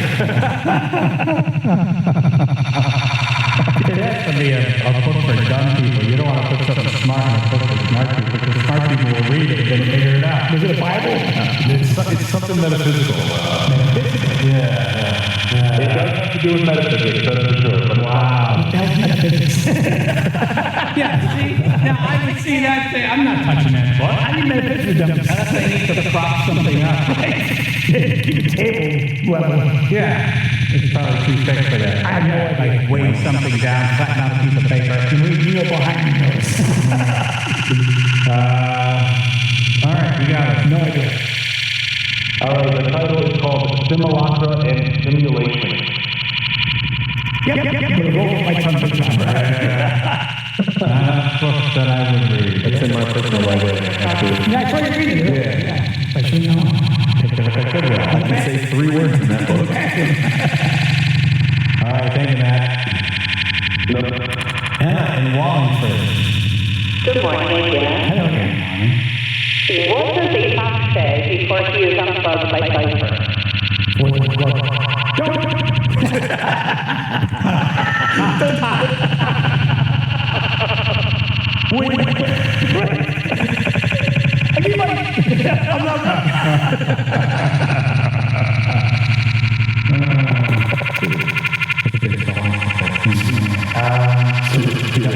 What's the scene? What's happening? The guy unplugs, so Cypher betrays the team.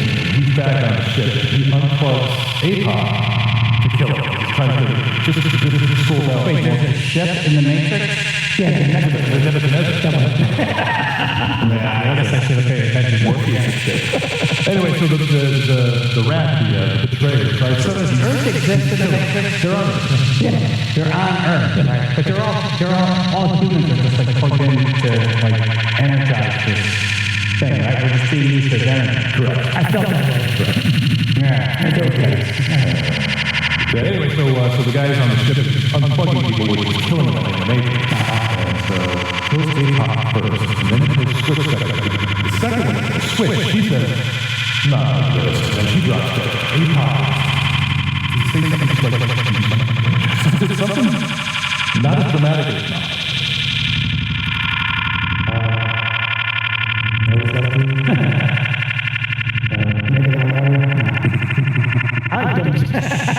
Don't wait. I have no idea. We're going to go with Dump. That is wrong. It's Trinity. Trinity. Because he looks at Trinity. As if he knows he's about to die and says her name. Trinity. Hey, what can I say? Hey, but you're in the running. Your board's There we go. That's right, Emma. Thank you.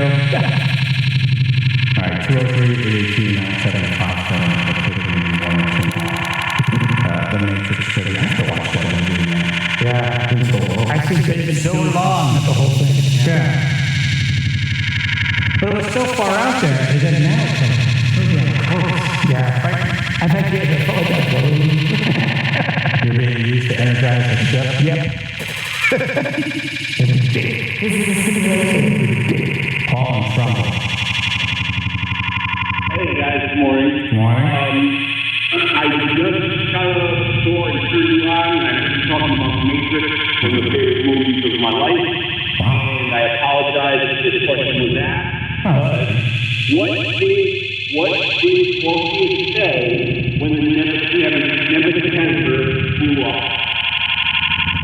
Oh, damn. How am I getting home? 3 more payments? That was my ride? 3 more payments. It was almost mine. The Nebuchadnezzar didn't blow up. Well, it was exploded by a bomb. All right, he said, I dreamed the dream, but now that dream is gone. Was that the first Matrix or one of the sequels? That was the first Matrix.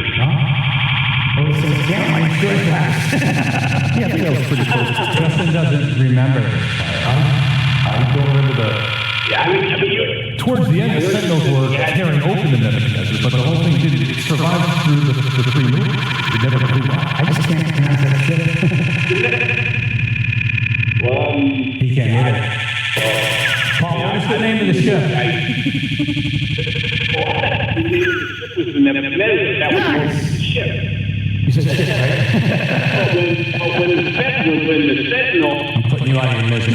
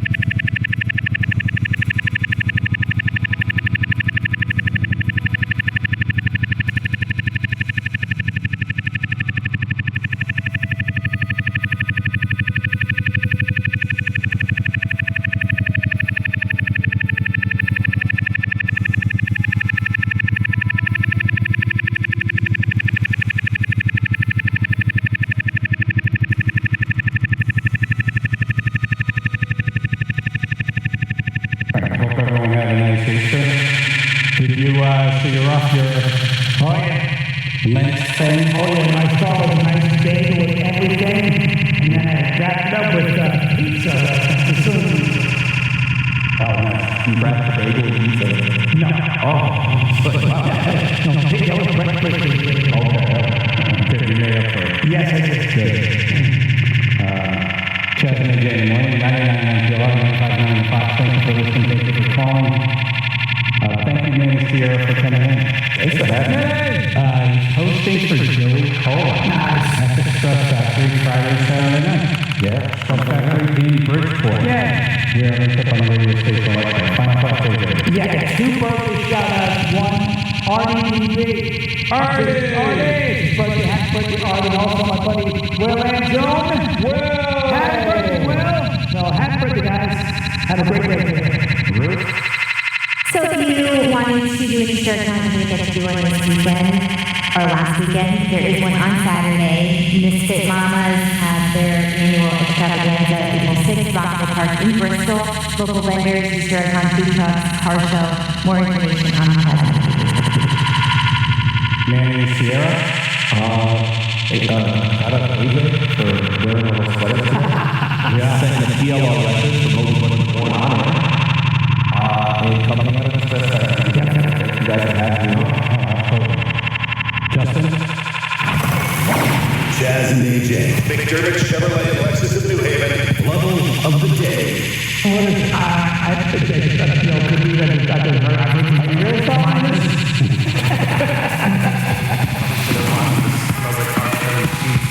Chaz and AJ. Hey, AJ, I got my shed at Goodwill for $2. Does Ruth see the shot seeing it? Hi, Ruth. Chaz and AJ. Happy first of the month. If somebody call Kurt Hart and tell him his disability check is in, tell him he sucks. Chaz and AJ. Good day, sir. I said good day, sir. Chaz and AJ. That's not me, guys. Anyway, I didn't get out of here at 8:30. What did I miss today? Long weekend. Hi, Ruth. Chaz and AJ. 20 years ago today, I got divorced. I wasn't the fool. Chaz and AJ. Does AJ know why my farts smell like eggs today? No more. Hello. Chaz and AJ. You did not break the sweater record, jackass! I did not. You broke the sweat, though. I did Chaz and AJ. If you want to destroy